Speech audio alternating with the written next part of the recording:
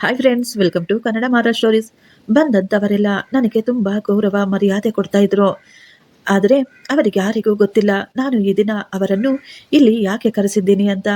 ನನ್ನ ಅಕ್ಕ ನನ್ನ ಕೈಯನ್ನು ಹಿಡ್ಕೊಂಡು ಕೇಳ್ತಾ ಇದ್ಲು, ಅಜಯ್ ಏನಾಯ್ತು, ಏನಾದರೂ ಮಾತಾಡು, ನಮ್ಮನ್ನೆಲ್ಲ ಇಲ್ಲಿ ಕರೆಸಿ ನೀನು ಸುಮ್ಮನೆ ನಿಂತ್ಕೊಂಡಿದೆಯಲ್ಲ. ಅವಳ ಕಣ್ಣುಗಳಲ್ಲಿ ಚಿಂತೆ ತುಂಬಿತ್ತು. ನಾನು ತಕ್ಷಣ ಅಕ್ಕನ ಕೈಯನ್ನು ಬಿಡಿಸಿಕೊಂಡು ಆ ಹಳೆಯ ಕಿಲುಬು ಹಿಡಿದ ಪೆಟ್ಟಿಗೆಯನ್ನೇ ನೋಡ್ತಾ ಇದ್ದೆ. ನಾನು ಕೇವಲ ಅದನ್ನೇ ನೋಡ್ತಾ ನಿಂತುಕೊಂಡಿದ್ದೆ. ಆ ಪೆಟ್ಟಿಗೆಯನ್ನು ತೆರೆಯುತ್ತಿದ್ದ ಹಾಗೆ ಎಲ್ಲರೂ ಶಾಕ್ನಿಂದ ಹಾಗೆಯೇ ನಿಂತುಕೊಂಡಿದ್ರು. ಅಲ್ಲಿ ಈಗ ಪೂರ್ತಿ ನಿಶಬ್ದ ಆವರಿಸಿತ್ತು. ಯಾರಿಗೂ ನಂಬಿಕೆ ಇರಲಿಲ್ಲ ನಾನು ಈ ರೀತಿ ಮಾಡಿದ್ದೀನಿ ಅಂತ. ನಾನು ಊಹಿಸಲಿಲ್ಲ ಈ ಹಳೆಯ ಪೆಟ್ಟಿಗೆಯಲ್ಲಿ ಈ ರೀತಿ ಇರುತ್ತೆ ಅಂತ. ಅದನ್ನು ತೆಗೆದು ನೋಡಿದ ನನಗೆ ಈ ಭೂಮಿಯೇ ಕುಸಿದಂತಾಗಿತ್ತು. ನಾನು ಅಲ್ಲೇ ಕೆಳಗೆ ಬಿದ್ದು ಹೋಗಿದ್ದೆ. ನನ್ನ ಹೆಸರು ಅಜಯ್. ನಮ್ಮ ಮನೆಯಲ್ಲಿ ನಾವು 5 ಜನ ಮಕ್ಕಳು, 4 ಹೆಣ್ಣು ಮಕ್ಕಳು ಮತ್ತು ನಾನು ಒಬ್ಬನೇ ಗಂಡುಡುಗ. ನನ್ನ ತಂದೆ ನಾನು ಸಣ್ಣವನಿದ್ದಾಗಲೇ ತೀರಿಕೊಂಡಿದ್ರು. ತಂದೆ ಸತ್ತ ನಂತರ ಮನೆಯ ಎಲ್ಲಾ ಜವಾಬ್ದಾರಿಯು ನನ್ನ ಹೆಗಲ ಮೇಲೆ ಬಂದು ಬಿದ್ದಿತ್ತು. ನನ್ನ ವಯಸ್ಸಿನ ಎಲ್ಲ ಮಕ್ಕಳು ಶಾಲೆಗೆ ಹೋಗಿ ಆಟವಾಡುವ ವಯಸ್ಸಿನಲ್ಲಿ ನಾನು ಮಾತ್ರ ಕಷ್ಟಪಟ್ಟು ಕೆಲಸ ಮಾಡ್ತಾ ಇದ್ದೆ. ನನ್ನ ಅಮ್ಮ ಬೇರೆಯವರ ಮನೆಯಲ್ಲಿ ಮುಸುರೆ ತೊಳೆಯುತ್ತಾ ಅವರ ಮನೆಯಲ್ಲಿ ಕಸ ಗುಡಿಸುವ ಕೆಲಸ ಮಾಡ್ತಾ ಇದ್ಲು. ಆ ಸಣ್ಣ ವಯಸ್ಸಿನಲ್ಲೇ ನಾನು ಗ್ಯಾರೇಜಿನಲ್ಲಿ ಮೆಕ್ಯಾನಿಕ್ ಬಳಿ ಕೆಲಸ ಮಾಡ್ತಾ ಇದ್ದೆ. ಬರುವ ದುಡ್ಡಿನಿಂದ ನಮ್ಮ ಸಂಸಾರ ಹೇಗೋ ನಡೀತಾ ಇತ್ತು. ಆದ್ರೆ ನನ್ನ ಅಕ್ಕಂದಿರ ಮದುವೆ ನಮಗೆ ಬೆಟ್ಟದಂತೆ ಕಾಣಿಸ್ತಾ ಇತ್ತು. ಈಗ ಇಬ್ಬರು ಅಕ್ಕಂದಿರ ಮದುವೆಯನ್ನು ನಾವು ತುಂಬಾ ಕಷ್ಟಪಟ್ಟು ಮಾಡಿ ಮುಗಿಸಿದ್ವು. ಮನೆಯಲ್ಲಿರುವ ಎಲ್ಲ ಒಡವೆಗಳನ್ನು ಮಾರಿ ಸಾಲ ಸೋಲ ಮಾಡಿ ಆ ಮದುವೆ ಮಾಡಿದ್ವಿ. ಆದ್ರೆ ನಮ್ಮ ಮನೆಯಲ್ಲಿ ಮದುವೆಯಾಗದ ಇಬ್ಬರು ಹೆಣ್ಣು ಮಕ್ಕಳಿದ್ರು. ಎಲ್ಲರ ಮುಂದೆ ನಗು ನಗುತ್ತಾ ಇದ್ದರೂ ಒಳಗೊಳಗೆ ನನಗೆ ತುಂಬಾ ಭಯವಾಗ್ತಿತ್ತು. ಹೆಣ್ಣು ಮಗು ಅಂದ್ರೇನೆ ನನಗೆ ಈಗ ದ್ವೇಷ ಮತ್ತು ಅಸಹ್ಯವಾಗ್ತಾ ಇತ್ತು. ಹೆಣ್ಣು ಮಗು ಅಂದ್ರೆ ಅದು ಕೇವಲ ಒಂದು ಭಾರ, ಒಂದು ಸಾಲ ಮತ್ತು ಜವಾಬ್ದಾರಿ. ಇವರಿಂದ ನಮಗೆ ಯಾವುದೇ ಉಪಯೋಗವಿಲ್ಲ ಅಂದುಕೊಳ್ತಾ ಇದ್ದೆ. ಜೀವನದಲ್ಲಿ ನನಗೆ ಇದ್ದದ್ದು ಒಂದೇ ಒಂದು ಕನಸು. ಅದೇನೆಂದ್ರೆ ನನಗೆ ಮದುವೆಯಾದಾಗ ನನಗೆ ಕೇವಲ ಗಂಡು ಮಕ್ಕಳು ಮಾತ್ರ ಹುಟ್ಟಬೇಕು. ಸಣ್ಣ ವಯಸ್ಸಿನಿಂದಲೂ ನಾನು ಕೇವಲ ಗಂಡು ಮಗುವಿನ ಕನಸು ಕಾಣ್ತಾ ಇದ್ದೆ. ಗಂಡು ಮಕ್ಕಳಾದ್ರೆ ಮುಂದೆ ನಮಗೆ ಸಹಾಯ ಮಾಡ್ತಾರೆ, ನಮ್ಮ ಬೆನ್ನೆಲುಬಾಗಿ ನಿಂತ್ಕೊಳ್ತಾರೆ ಅಂತ ನಾನು ಯೋಚಿಸ್ತಾ ಇದ್ದೆ. ನನ್ನ ದೃಷ್ಟಿಯಲ್ಲಿ ಗಂಡು ಮಕ್ಕಳು ಮಾತ್ರ ವಾರಸುದಾರರು. ಅವರು ಮಾತ್ರ ಎಲ್ಲವನ್ನು ನಿಭಾಯಿಸಲು ಶಕ್ತಿ ಇರುವವರು, ನಮ್ಮ ಕಷ್ಟಗಳನ್ನು ತೀರಿಸಿ ನಮಗೆ ಸುಖ ಕೊಡುವವರು ಎಂದು ಅಂದುಕೊಳ್ತಾ ಇದ್ದೆ. ಹೆಣ್ಣು ಮಕ್ಕಳು ಅವರು ಕೇವಲ ತಂದೆ ತಾಯಿಯ ಮೇಲೆ ಭಾರ. ಅವರಿಂದ ಕೇವಲ ಖರ್ಚು ಮತ್ತು ತಲೆನೋವು. ಅವರಿಂದ ನಮಗೆ ಯಾವುದೇ ರೀತಿಯ ಉಪಯೋಗವಿಲ್ಲ ಅಂದುಕೊಳ್ತಾ ಇದ್ದೆ ನಾನು. ನನ್ನ ತಂದೆ ನನ್ನ ಈ ಆಲೋಚನೆಯನ್ನು ಚೆನ್ನಾಗಿ ಅರ್ಥ ಮಾಡಿಕೊಂಡಿದ್ರು. ನನ್ನ ತಾಯಿ ಯಾವಾಗಲೂ ನನಗೆ ಬುದ್ಧಿ ಹೇಳ್ತಾ ಇದ್ಲು, ಹೆಣ್ಣು ಮಕ್ಕಳು ಆ ದೇವರು ಕೊಡುವ ಬಹುಮಾನ. ಹೆಣ್ಣು ಮಕ್ಕಳು ಜನಿಸಿದರೆ ಆ ಮನೆಗೆ ಲಕ್ಷ್ಮಿ ಬರ್ತಾಳೆ ಅಂತ ಹೇಳ್ತಾ ಇದ್ರು. ಆದ್ರೆ ನನಗೆ ಅಮ್ಮನ ಮಾತು ಸ್ವಲ್ಪ ಕೂಡ ಇಷ್ಟವಾಗ್ತಿರ್ಲಿಲ್ಲ. ಇದೆಲ್ಲ ಕೇವಲ ಕಟ್ಟುಕತೆ, ಇದೆಲ್ಲ ನಾಟಕವಾದ ಮಾತು ಅಂತ ಅನ್ನಿಸ್ತಾ ಇತ್ತು. ಯಾಕೆಂದ್ರೆ ನಾನು ಸಣ್ಣವನಿದ್ದಾಗಿನಿಂದಲೂ ನನ್ನ ತಾಯಿ ತನ್ನ ಹೆಣ್ಣು ಮಕ್ಕಳ ಮದುವೆಗಾಗಿ ಕಷ್ಟಪಡುವುದನ್ನು ನೋಡಿದ್ದೇನೆ. ಹಗಲು ರಾತ್ರಿ ಎನ್ನದೆ ನನ್ನ ತಾಯಿ ಅವರ ಮಕ್ಕಳ ಜವಾಬ್ದಾರಿಯನ್ನು ತೆಗೆದುಕೊಳ್ಳಲು ಪಡುವ ಕಷ್ಟವನ್ನು ನಾನು ಚೆನ್ನಾಗಿ ನೋಡಿದ್ದೆ. ನನ್ನ ಉದ್ದೇಶದಲ್ಲಿ ಮಕ್ಕಳೆಂದರೆ ನಮ್ಮ ಜವಾಬ್ದಾರಿಯನ್ನು ಕಡಿಮೆ ಮಾಡಬೇಕು, ನಮಗೆ ಕಷ್ಟ ಕೊಡಬಾರದು, ಕಷ್ಟದಲ್ಲಿ ನಮ್ಮ ಜೊತೆ ಇರಬೇಕು. ಈಗ ನನ್ನ ತಾಯಿ ನನ್ನ ಮದುವೆಯನ್ನು ಅವರ ಅಣ್ಣನ ಮಗಳ ಜೊತೆ ನಿಶ್ಚಯ ಮಾಡಿದ್ರು. ಆ ಹುಡುಗಿ ಅಂದ್ರೆ ನನಗೆ ಸ್ವಲ್ಪ ಕೂಡ ಇಷ್ಟವಿಲ್ಲ. ಆ ಹುಡುಗಿ ನೋಡಲು ಕೂಡ ಕಪ್ಪಗಿದ್ಲು. ನಾನು ಯಾವಾಗಲೂ ಒಂದು ಸುಂದರವಾದ ಯುವತಿಯನ್ನು ಮದುವೆ ಮಾಡ್ಕೋಬೇಕು ಅಂತ ಆಸೆ ಪಡ್ತಾ ಇದ್ದೆ. ನಾನು ಎಷ್ಟೋ ಬಾರಿ ಅಮ್ಮನಿಗೆ ಈ ಸಂಬಂಧ ಬೇಡ ಅಂತ ಹೇಳಿದ್ದೆ. ಆದ್ರೆ ಅಮ್ಮ ನನ್ನ ಮಾತು ಕೇಳಲಿಲ್ಲ. ನನ್ನ ತವರಿನ ಸಂಬಂಧ ಉಳಿಯಬೇಕು ಅಂತ ಆಕೆ ಹೇಳ್ತಾ ಇದ್ಲು. ನಾನು ಅಂದುಕೊಳ್ತಾ ಇದ್ದೆ, ಇವಳು ನನಗೆ ಗಂಡು ಮಗುವನ್ನು ಹೆತ್ತುಕೊಟ್ರೆ ಮಾತ್ರ ನಾನು ಇವಳ ಬಣ್ಣವನ್ನು ಲೆಕ್ಕಕ್ಕೆ ತೆಗೆದುಕೊಳ್ಳೋದಿಲ್ಲ ಅಂತ. ಈಗ ನಾನು ನನ್ನ ತಾಯಿಯ ಸಂತೋಷಕ್ಕಾಗಿ ನನ್ನ ಆಸೆ ಆಕಾಂಕ್ಷೆಗಳನ್ನು ಬಲಿ ಕೊಟ್ಟಿದ್ದೆ. ಈಗ ಮದುವೆಯ ದಿನಾಂಕ ಕೂಡ ಫಿಕ್ಸ್ ಆಗಿಬಿಟ್ಟಿತ್ತು. ಮನೆಯಲ್ಲಿ ಸಂತೋಷದ ಮದುವೆಯ ವಾತಾವರಣ ಬರುವ ಮೊದಲೇ ನಮ್ಮ ಮನೆಯಲ್ಲಿ ಸೂತಕ ಏರ್ಪಟ್ಟಿತ್ತು. ನನ್ನ ತಾಯಿ ಎಷ್ಟೋ ಆಸೆಯಿಂದ ಹುಡುಕಿದ್ದಂತಹ ಹುಡುಗಿ ಅವರ ಅಣ್ಣನ ಮಗಳು. ಅವಳು ಮನೆಯೊಳಗೆ ಬರುವುದಕ್ಕಿಂತ ಮೊದಲೇ ಆ ರಾತ್ರಿ ನನ್ನ ತಾಯಿ ಹೃದಯಾಘಾತದಿಂದ ಸತ್ತು ಹೋದ್ರು. ನನ್ನ ಅಮ್ಮ ಸಾಯುವ ಮೊದಲು ಒಂದು ವಿಲ್ ಬರೆದಿಟ್ಟಿದ್ರು. ಆಸ್ತಿಯನ್ನು ನನ್ನ ಹೆಸರಿಗೆ ಬರೆದು ಈ ಮದುವೆ ಖಂಡಿತ ನೆರವೇರಬೇಕು ಅಂತ ಬರೆಯಲಾಗಿತ್ತು. ಅಮ್ಮನ ಸಾವಿನ ನಂತರ ನನಗೆ ಈ ಮದುವೆ ಮಾಡಿಕೊಳ್ಳಲು ಸ್ವಲ್ಪ ಕೂಡ ಇಷ್ಟವಿರಲಿಲ್ಲ. ಆದ್ರೆ ಇದು ನನ್ನ ಅಮ್ಮನ ಕೊನೆಯ ಆಸೆ ಅಂತ ನನ್ನ ತಂಗಿಯರು ಹೇಳ್ತಾ ಇದ್ರು. ಅಣ್ಣ, ಅಮ್ಮನ ಆತ್ಮಕ್ಕೆ ಶಾಂತಿ ಸಿಗಬೇಕೆಂದ್ರೆ ನೀನು ಈ ಮದುವೆ ಖಂಡಿತ ಮಾಡ್ಕೊಳ್ಬೇಕು. ನನ್ನ ತಾಯಿಯ ಆತ್ಮಶಾಂತಿಗಾಗಿ ನಾನು ಇಷ್ಟವಿಲ್ಲದ ಈ ಮದುವೆ ಮಾಡ್ಕೋಬೇಕಾಯ್ತು. ಮದುವೆಯ ನಂತರ ಸಂಧ್ಯಾ ಈಗ ನಮ್ಮ ಮನೆಗೆ ಬಂದಿದ್ಲು. ಅವಳು ತುಂಬಾ ಅಮಾಯಕ ಹುಡುಗಿ. ಮನೆಗೆ ಬಂದಾಗಿನಿಂದ ಅವಳು ತುಂಬಾ ಸೈಲೆಂಟ್ ಆಗಿರ್ತಿದ್ಲು. ನನಗೂ ಕೂಡ ಅವಳ ಮೇಲೆ ಯಾವುದೇ ರೀತಿಯ ಫೀಲಿಂಗ್ಸ್ ಇರಲಿಲ್ಲ. ನಮ್ಮಿಬ್ಬರ ಮಧ್ಯೆ ಯಾವುದೇ ರೀತಿಯ ಮಾತುಕತೆ ಕೂಡ ಇರಲಿಲ್ಲ. ರಾತ್ರಿಯಲ್ಲಿ ಸಂಧ್ಯಾ ನನಗಾಗಿ ಹಾಲೆ ತೆಗೆದುಕೊಂಡು ಬರ್ತಿದ್ಲು. ನಾನು ಅವಳ ಮುಖವನ್ನು ಸಹ ನೋಡದೆ ಅವಳ ಕೈಯಿಂದ ಗ್ಲಾಸ್ ಅನ್ನು ಕಸಿದುಕೊಳ್ತಾ ಇದ್ದೆ. ಸಂಧ್ಯಾ ಯಾವಾಗಲೂ ಹೆದರಿಕೆಯಿಂದ ಕೇಳ್ತಾ ಇದ್ಲು, ರೀ ಅಡಿಗೆ ಹೇಗಿದೆ ಅಂತ. ನಾನು ಅವಳಿಗೆ ಏನು ಹೇಳದೆ ಸೈಲೆಂಟ್ ಆಗಿ ತಲೆ ಬಗ್ಗಿಸ್ಕೊಳ್ತಾ ಇದ್ದೆ. ಅವಳು ಎಷ್ಟೋ ಆಸೆಯಿಂದ ನನ್ನನ್ನೇ ನೋಡುತ್ತಾ, ನಿಮಗೆ ಇನ್ನೂ ಏನಾದರೂ ಬೇಕಾ ಅಂತ ಕೇಳ್ತಾ ಇದ್ಲು. ಅವಳು ಯಾವಾಗಲೂ ತುಂಬಾ ಪ್ರೀತಿಯಿಂದ ಅಮಾಯಕವಾಗಿ ಮಾತನಾಡ್ತಾ ಇದ್ಲು.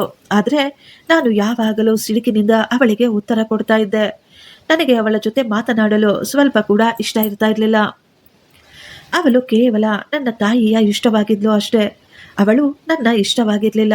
ನಾನು ಯಾವಾಗಲೂ ಅಂದ್ಕೊಳ್ತಾ ಇದ್ದೆ, ಯಾವಾಗ ನನ್ನ ಈ ಜೀವನ ಬದಲಾಗುತ್ತದೋ ಏನೋ ಅಂತ. ಆ ಹುಡುಗಿ ಪ್ರತಿದಿನ ನನಗಾಗಿ ಎಲ್ಲ ಕೆಲಸ ಮಾಡ್ತಾ ಇದ್ಲು. ಅವಳು ನನಗಾಗಿ ಯಾವಾಗಲೂ ಎದುರು ನೋಡ್ತಾ ಇದ್ಲು. ಒಂದು ಬಾರಿಯಾದ್ರೂ ನನ್ನ ಗಂಡ ನನ್ನ ಜೊತೆ ಪ್ರೀತಿಯಾಗಿ ಮಾತನಾಡ್ತಾರ, ನನ್ನನ್ನು ಯಾವಾಗ ತಾನೇ ಪ್ರೀತಿಯಿಂದ ನೋಡ್ತಾರೋ ಅಂತ ಎದುರು ನೋಡ್ತಿದ್ಲು. ಒಳ್ಳೆಯ ಹೆಂಡತಿಯಾಗಲು ಅವಳು ಎಲ್ಲ ರೀತಿಯ ಕರ್ತವ್ಯ ನಿಭಾಯಿಸ್ತಾ ಇದ್ಲು. ಆದ್ರೆ ಅವಳಿಗೆ ಒಳ್ಳೆಯ ಗಂಡನಾಗಲು ನಾನು ಇನ್ನೂ ತಯಾರಿರ್ಲಿಲ್ಲ. ಸಮಯ ಕಳೆಯುತ್ತಿದ್ದಂತೆ ಒಂದು ದಿನ ನಾನು ಕೆಲಸ ಮುಗಿಸಿಕೊಂಡು ತುಂಬಾ ಸುಸ್ತಾಗಿ ಮನೆಗೆ ಬಂದಿದ್ದೆ. ಆಗಲೇ ಸಂಧ್ಯಾ ನನ್ನ ಎದುರುಗಡೆ ಬಂದು ನಿಂತುಕೊಂಡಿದ್ಲು. ಅವಳು ತುಂಬಾ ಸಂತೋಷವಾಗಿದ್ಲು. ಅವಳ ಮುಖದಲ್ಲಿ ಒಂದು ನಾಚಿಕೆ ಕೂಡ ಕಾಣಿಸ್ತಾ ಇತ್ತು. ರೀ, ನಿಮ್ಮ ಬಳಿ ಮಾತನಾಡಬೇಕಾಗಿತ್ತು, ಒಂದು ನಿಮಿಷ ನನ್ನ ಮಾತ ಕೇಳಿ ಅಂತ ಹೇಳಿದಾಗ ನಾನು ಅವಳ ಕಡೆ ತಲೆ ಎತ್ತಿ ನೋಡಿದ್ದೆ. ಆಗ ಸಂಧ್ಯಾ ಹೇಳಿದ್ಲು, ನೀವು ತಂದೆಯಾಗ್ತಾ ಇದ್ದೀರಾ ಅಂತ. ಅವಳು ತುಂಬಾ ಸಂತೋಷವಾಗಿ ಈ ಮಾತು ಹೇಳಿದ್ಲು. ಆ ಮಾತುಗಳನ್ನು ಕೇಳಿ ಒಂದು ಕ್ಷಣ ನನ್ನೊಳಗೆ ತುಂಬಾ ಸಂತೋಷ ಉಂಟಾಗಿತ್ತು. ನಾನು ತಂದೆ ಆಗ್ತಾ ಇದ್ದೀನಿ ಅನ್ನುವ ಆಲೋಚನೆ ಅದು ತುಂಬಾ ಸುಂದರವಾಗಿತ್ತು. ಆ ಸಂತೋಷ ಮಾತುಗಳಲ್ಲಿ ವರ್ಣಿಸಲು ಅಸಾಧ್ಯವಾಗಿತ್ತು.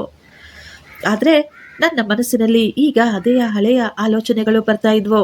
ನನ್ನ ಮುಖದ ಮೇಲೆ ಇದ್ದ ನಗು ಪೂರ್ತಿಯಾಗಿ ಮಾಯವಾಗಿ ಬಿಟ್ಟಿತ್ತು. ನಾನು ಈಗ ತುಂಬಾ ಗಂಭೀರವಾಗಿ ಹೇಳಿದೆ, ನೋಡು ಸಂಧ್ಯಾ, ನೀನು ಆ ದೇವರನ್ನು ಕೇಳಿಕೊ, ನಮಗೆ ಕೇವಲ ಗಂಡು ಮಕ್ಕಳೇ ಆಗ್ಬೇಕು ಅಂತ. ನನಗೆ ಕೇವಲ ಗಂಡು ಮಗು ಮಾತ್ರ ಬೇಕು. ಈ ಮಾತುಗಳನ್ನು ಕೇಳಿದ ತಕ್ಷಣ ಸಂಧ್ಯಾ ಅವಳ ನಗು ಮಾಯವಾಗ್ಬಿಟ್ಟಿತ್ತು. ಅವಳ ಕಣ್ಣುಗಳಲ್ಲಿ ನೀರು ತುಂಬಿತ್ತು. ಅವಳು ಈಗ ನಿಧಾನವಾಗಿ ಕೇಳಿದ್ಲು, ಅಳುವ ಧ್ವನಿಯಲ್ಲಿ, ನೀವು ಯಾಕೆ ಆ ರೀತಿ ಹೇಳ್ತಾ ಇದ್ದೀರಾ? ಯಾವ ಮಗುವಾದ್ರೆ ಏನು? ಅದು ನಮ್ಮ ಮಗು. ಮಗ ಆದ್ರೆ ಏನು, ಮಗಳಾದ್ರೆ ಏನು, ಅದರಲ್ಲಿ ಏನಿದೆ? ಇದು ಕೇವಲ ಆ ದೇವರವರ. ಅವಳ ಮಾತು ಕೇಳಿ ನನಗೆ ತುಂಬಾ ಕೋಪ ಬಂದಿತ್ತು. ನಾನು ಕೋಪದಿಂದ ಹೇಳಿದೆ, ಚೆನ್ನಾಗಿ ನೆನ್ಪಿಟ್ಕೋ ಸಂಧ್ಯಾ, ನನಗೆ ಕೇವಲ ಗಂಡು ಮಗು ಮಾತ್ರ ಬೇಕು. ಮನೆಯಲ್ಲಿರುವ ನಿಮ್ಮಂತಹ ಹೆಂಗಸರಿಗೆ ಈ ಮಾತುಗಳು ಅರ್ಥವಾಗೋದಿಲ್ಲ. ನನ್ನ ಅಕ್ಕ ತಂಗರಿಯರ ಜವಾಬ್ದಾರಿಯನ್ನು ಹೊತ್ತು ಹೊತ್ತು ನನಗೆ ಸಾಕಾಗ್ಬಿಟ್ಟಿದೆ. ನನಗೆ ಈಗ ಇನ್ನೊಂದು ಜವಾಬ್ದಾರಿ, ಇನ್ನೊಂದು ಭಾರ ಬೇಕಾಗಿಲ್ಲ. ನನಗೆ ಕೇವಲ ಒಬ್ಬ ವಾರಸುದಾರ, ನನ್ನ ಕಷ್ಟಕ್ಕೆ ಒಬ್ಬ ಜೊತೆಗಾರ ಬೇಕಷ್ಟೇ. ನೀನು ನನಗೆ ಒಂದು ಗಂಡು ಮಗುವನ್ನು ಕೊಟ್ರೆ ನಿನ್ನನ್ನು ನಾನು ಮಹಾರಾಣಿಯಾಗಿ ನೋಡ್ಕೊಳ್ತೀನಿ. ನಿನ್ನ ಎಲ್ಲ ಆಸೆಗಳನ್ನು ನಾನು ಪೂರೈಸ್ತೇನೆ. ಆದ್ರೆ ಯಾವುದೇ ಕಾರಣಕ್ಕೂ ನನಗೆ ಹೆಣ್ಣು ಮಗು ಮಾತ್ರ ಬೇಕಾಗಿಲ್ಲ. ಆ ದಿನದಿಂದ ನಾನು ಸಂಧ್ಯಾಳನ್ನು ತುಂಬಾ ಪ್ರೀತಿಯಿಂದ ನೋಡ್ಕೊಳ್ತಾ ಇದ್ದೆ. ಅವಳ ಸಣ್ಣ ಪುಟ್ಟ ಎಲ್ಲ ಆಸೆಗಳನ್ನು ಪೂರೈಸ್ತಾ ಇದ್ದೆ.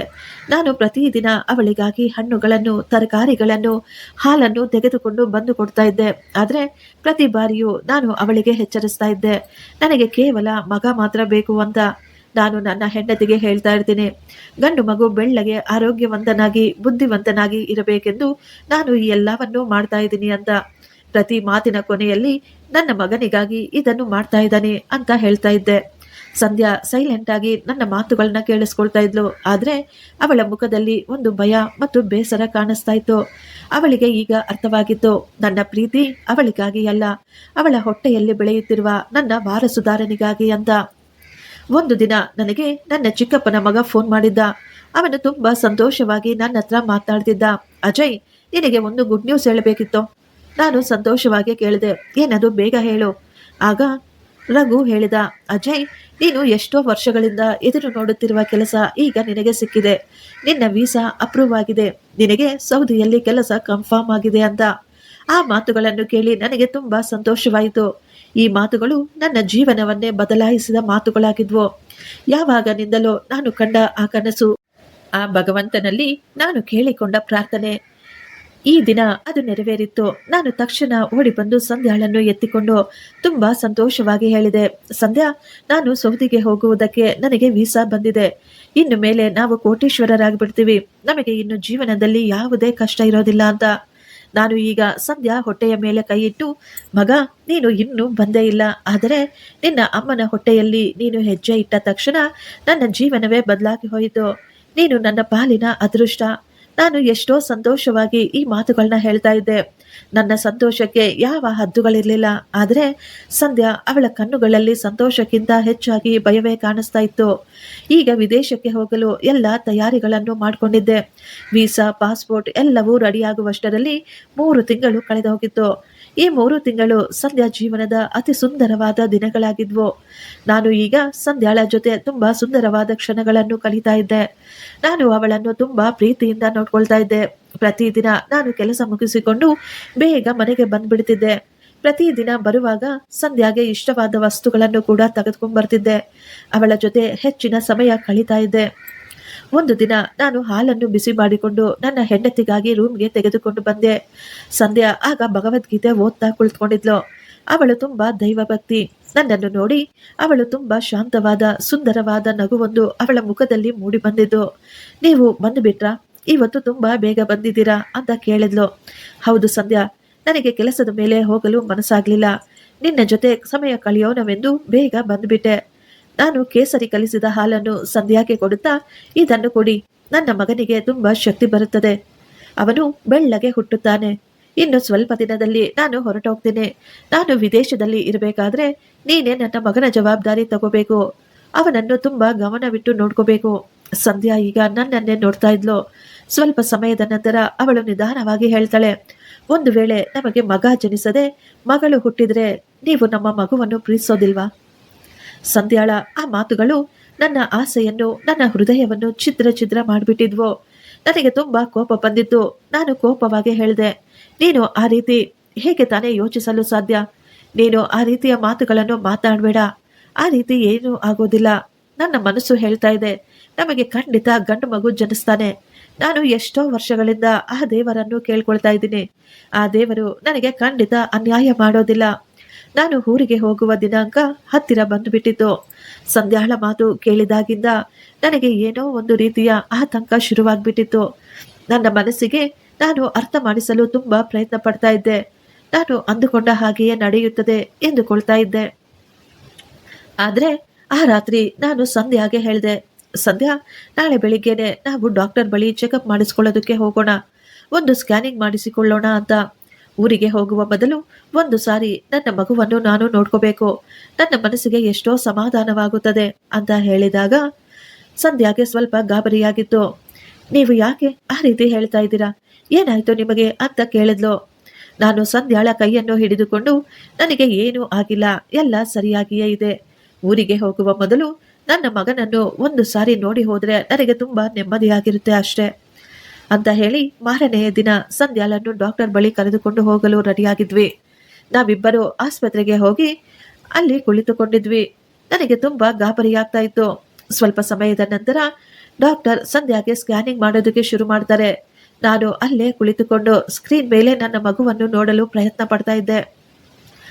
ಡಾಕ್ಟರ್ ಅನ್ನು ಕೇಳಿದೆ, ಡಾಕ್ಟರ್, ಎಲ್ಲವೂ ಸರಿ ಇದೆ ತಾನೆ?